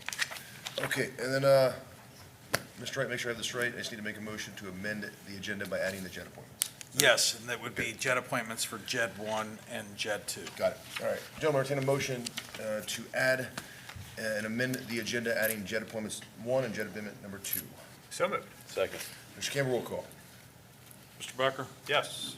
Mr. Logue? Yes. Mr. Dills? Yes. Motion carries. Okay. Gentlemen, entertain a motion for the approval of various Union Township JED appointment board members. JED number 1 is Chance Trooper. JED number 2 is John Becker. And, I'm sorry, let me clarify. Let's do one at a time. Let's scratch that. I'll entertain a motion for the appointment of JED appointments. JED number 1 of Chance Trooper, term ending 6/27/2030. So moved. Second. Mr. Campbell, roll call. Mr. Becker? Yes. Mr. Logue? Yes. Mr. Dills? Yes. Motion carries. All right, last one is, entertain a motion for the approval of Union Township JED Board Member John Becker, term ending 3/15/2030. So moved. Second. Mr. Campbell, roll call. Mr. Becker? Yes. Mr. Logue? Yes. Mr. Dills? Yes. Motion carries. All right, and moving along, guys. All right, our legislative agenda. Let's see here. Mr. Ray, just a brief explanation. Resolution 2026-25. This is donation of property. This is a laundry list of housekeeping items the service department's getting rid of through Gov Deals. Great. Gentlemen, entertain the approval of Resolution 2026-25. So moved. Second. Mr. Campbell, roll call. Mr. Becker? Yes. Mr. Logue? Yes. Mr. Dills? Yes. Motion carries. Gentlemen, entertain a motion for the approval of Yes, Resolution 2026-26, resolution declaring National Therapy Animal Day. in Union You Township. already did that one. We've done that one. You're good. You know, guys, let's move on. Clearly, I'm getting tired. All right, let's see here. Okay, I'm sure this will have some discussion on it. Mr. Wright, Resolution 2026-27. Yes, sir. So we proposed a fee schedule increase regarding Mount Moriah Cemetery. It's significant, as we've presented. Ms. R. and Mr. Taylor did a great job on that, compiling stats. We're one of the busiest cemeteries in the area. WCPO called me. They wanted to come out and look at it. Obviously, I'm not going to run from a camera. Wanted to show off the cemetery. And, you know, at the end of the day, we were actually burying people while they were doing the interview. So the reality is, among public cemeteries, we're one of the busiest. 25 to 30,000 headstones. We're operating in a $500,000 to $600,000 deficit annually, based on the difference between what our costs are with the labor, materials, and our fees. And so, you know, we've prepared a fee schedule that adjusts that. It doesn't completely close the gap. The resolution also contemplates an annual fee increase between 2.5% to 3.5% a year. There was a caveat. Unfortunately, I'm going to have to present that, or somebody is going to have to present that to the board, you know, over time for annual ratification through the reorganizational meeting minutes. And we would just bring that to you and say, you know, it's 2.5%. And honestly, the earliest I would let this run, we're early in the year, or mid-year, we're almost mid-year now, so we might as well look at probably 2020, let it burn for 18 months and see what happens, so you would see the earliest, I think you would see these is probably in 2028, unless Mr. Campbell comes to me and says we have to go in 2027. Or in that case, we could do like a 1% increase in 27, and then or whatever, so. That's what it does. Any questions for Mr. Ray? Mr. Becker? Just a comment, you know, whether it's a cemetery zoning or anything else that's fee-based for that matter, I don't want us losing money. I want us to be breaking even. So my only concern is if this, you know, if these cemetery fees still don't get us to breaking even, we're not raising them high enough. Right. But I mean, at some point. We'll move the ball down the court, so, I mean, I'm not voting no on this. Still got any questions, Mr. Ray? Okay. Gentlemen, I entertain a motion for the approval of Resolution 2026-27, a resolution establishing a fee increase for Mount Moriah Cemetery. So moved. Second. Any further discussion? Mr. Campbell, roll call. Mr. Becker? Yes. Mr. Logue? Yes. Mr. Dills? Yes. Motion carries. This doesn't need explained. Resolution 2026-28, nuisance vehicle abatement resolution. Mr. Wright, just brief. Sure, this is a nuisance vehicle. We have to follow a different process per Ohio Revised Code 505-871 to deal with registered and titled property. Thank you to Chief Reese's department for looking up the title work on these various junk vehicles. And while we make every effort to try to get the property owner to get them licensed and operational, this gives us the ability to act if they fail or resist that. So that's where we are. Any questions, Mr. Wright? All right, let's entertain a motion for the approval of Resolution 2026-28, nuisance vehicle abatement resolution. So moved. Second. Any question or any comments? Mr. Campbell, roll call. Mr. Becker? Yes. Mr. Logue? Yes. Mr. Dills? Yes. Motion carries. All right, gentlemen, last one. Mr. Wright? Sure, this is a CDBG authorization. You guys see this annually. You know, we try to compete for grant funding where we can. Two areas that are eligible are Summerside and Mount Carmel as far as LMI areas. We've tried twice. The county has elected not to fund improvements at Mount Carmel Park, so we're pivoting. We're going to try and stretch the pedestrian improvements a little further in the Summerside area in concert if we are successfully awarded the safety funding from ODOT. So, Great, thank you, sir. Gentlemen, entertain a motion for the approval of Resolution 2026-29, resolution authorizing the CDBG fiscal year 2026 grant application. So moved. Second. Mr. Campbell, roll call. Mr. Becker? Yes. Mr. Logue? Yes. Mr. Dills? Yes. Motion carries. All right, we're at the end. Comments from the board. Vice Chair, floor is yours, sir. Oh, Mr. Chairman, the hour is late. But as you expect, I have prepared some notes. I'll go through this quickly because it's late. You know, Mr. Chairman, as you know, I'm responsible for dinner in my house 3 nights a week. And I'd like to encourage the public to go out and visit our fine dining establishments. And being the penny pincher that I am, if there is a place to get it cheap, I will find it. So on this list, some of these places I got discounts on and got it pretty cheap. Other places not. I want to give you kind of the whole list. So 4 of these are, this was the fish fry season. So none of these are particularly cheap, but there was St. Veronica, American Legion Post, both of those were $24, again, dinner for 2. St. Thomas More's, $30, again, dinner for 2. Mount Carmel Social Club, $28. Well, 3 of those, that included dessert. Now, here's one that's kind of unusual and not cheap. Cherry Grove Lanes, they got really good food there. Steak hoagies, oh yeah. $32.75, dinner for 2. Did you bowl? No, I just eat. You just ate at a bowling alley. No, I take it home. It's a new one for you. No, it's not. I've been doing this for years. I just haven't mentioned it. All right, so here's another one I did not have a discount on. Grandma's Pizza, dinner for 2, $20. And the rest of these are in the kind of a $10 range where I had a discount one way or another on it. McDonald's, $8.58. All these are dinner for 2. Gold Star Chili, $9.80. White Castle, $11.96. I know that's one of your old-time favorites, Mr. Chairman. Arby's, one of my favorites, $10.08. And finally, KFC, $12.67. And that concludes my remarks. Well done, Mr. Becker. Yeah. Mr. Logue, sir? I can't follow that, so it's hours late, we'll close. I went to Tony's the other night. I'm not gonna tell you what that was, John. Tony's up at Sims I Township. think he knows what it is, just cover your ears, John, don't hear it. Kind of. Cover your ears, John. Like less than Jeffrey's, but, Cover your ears. anyways. You don't want to know. These are the kind of places that are so far out of my comfort zone, I wouldn't even know how to act if I was inside one. I have no comments. We'll move on. It's 10 o'clock. All right. Upcoming events, oh boy. All right, Park and Recreations Committee meet Thursday, April 16th, 5 PM, right here at the Civic Center. Union Township Residential Voucher Program, partnership with Rumpke, begins April 20th, 2026. You can pick up that from our service department. Hey, for Ms. Taylor, for clarification, is it we still behind the police station, or are you officially, are they going? Okay, We are completely moved. okay, so you're going to the new location.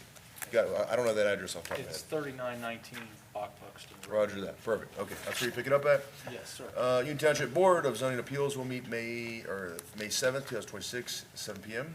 Spring Family Movie Night, Saturday, May 9th at Veterans Park. You can go on Facebook and vote which one you want. Our next meeting will be right here, second Tuesday of the month, May 12th, 6 PM.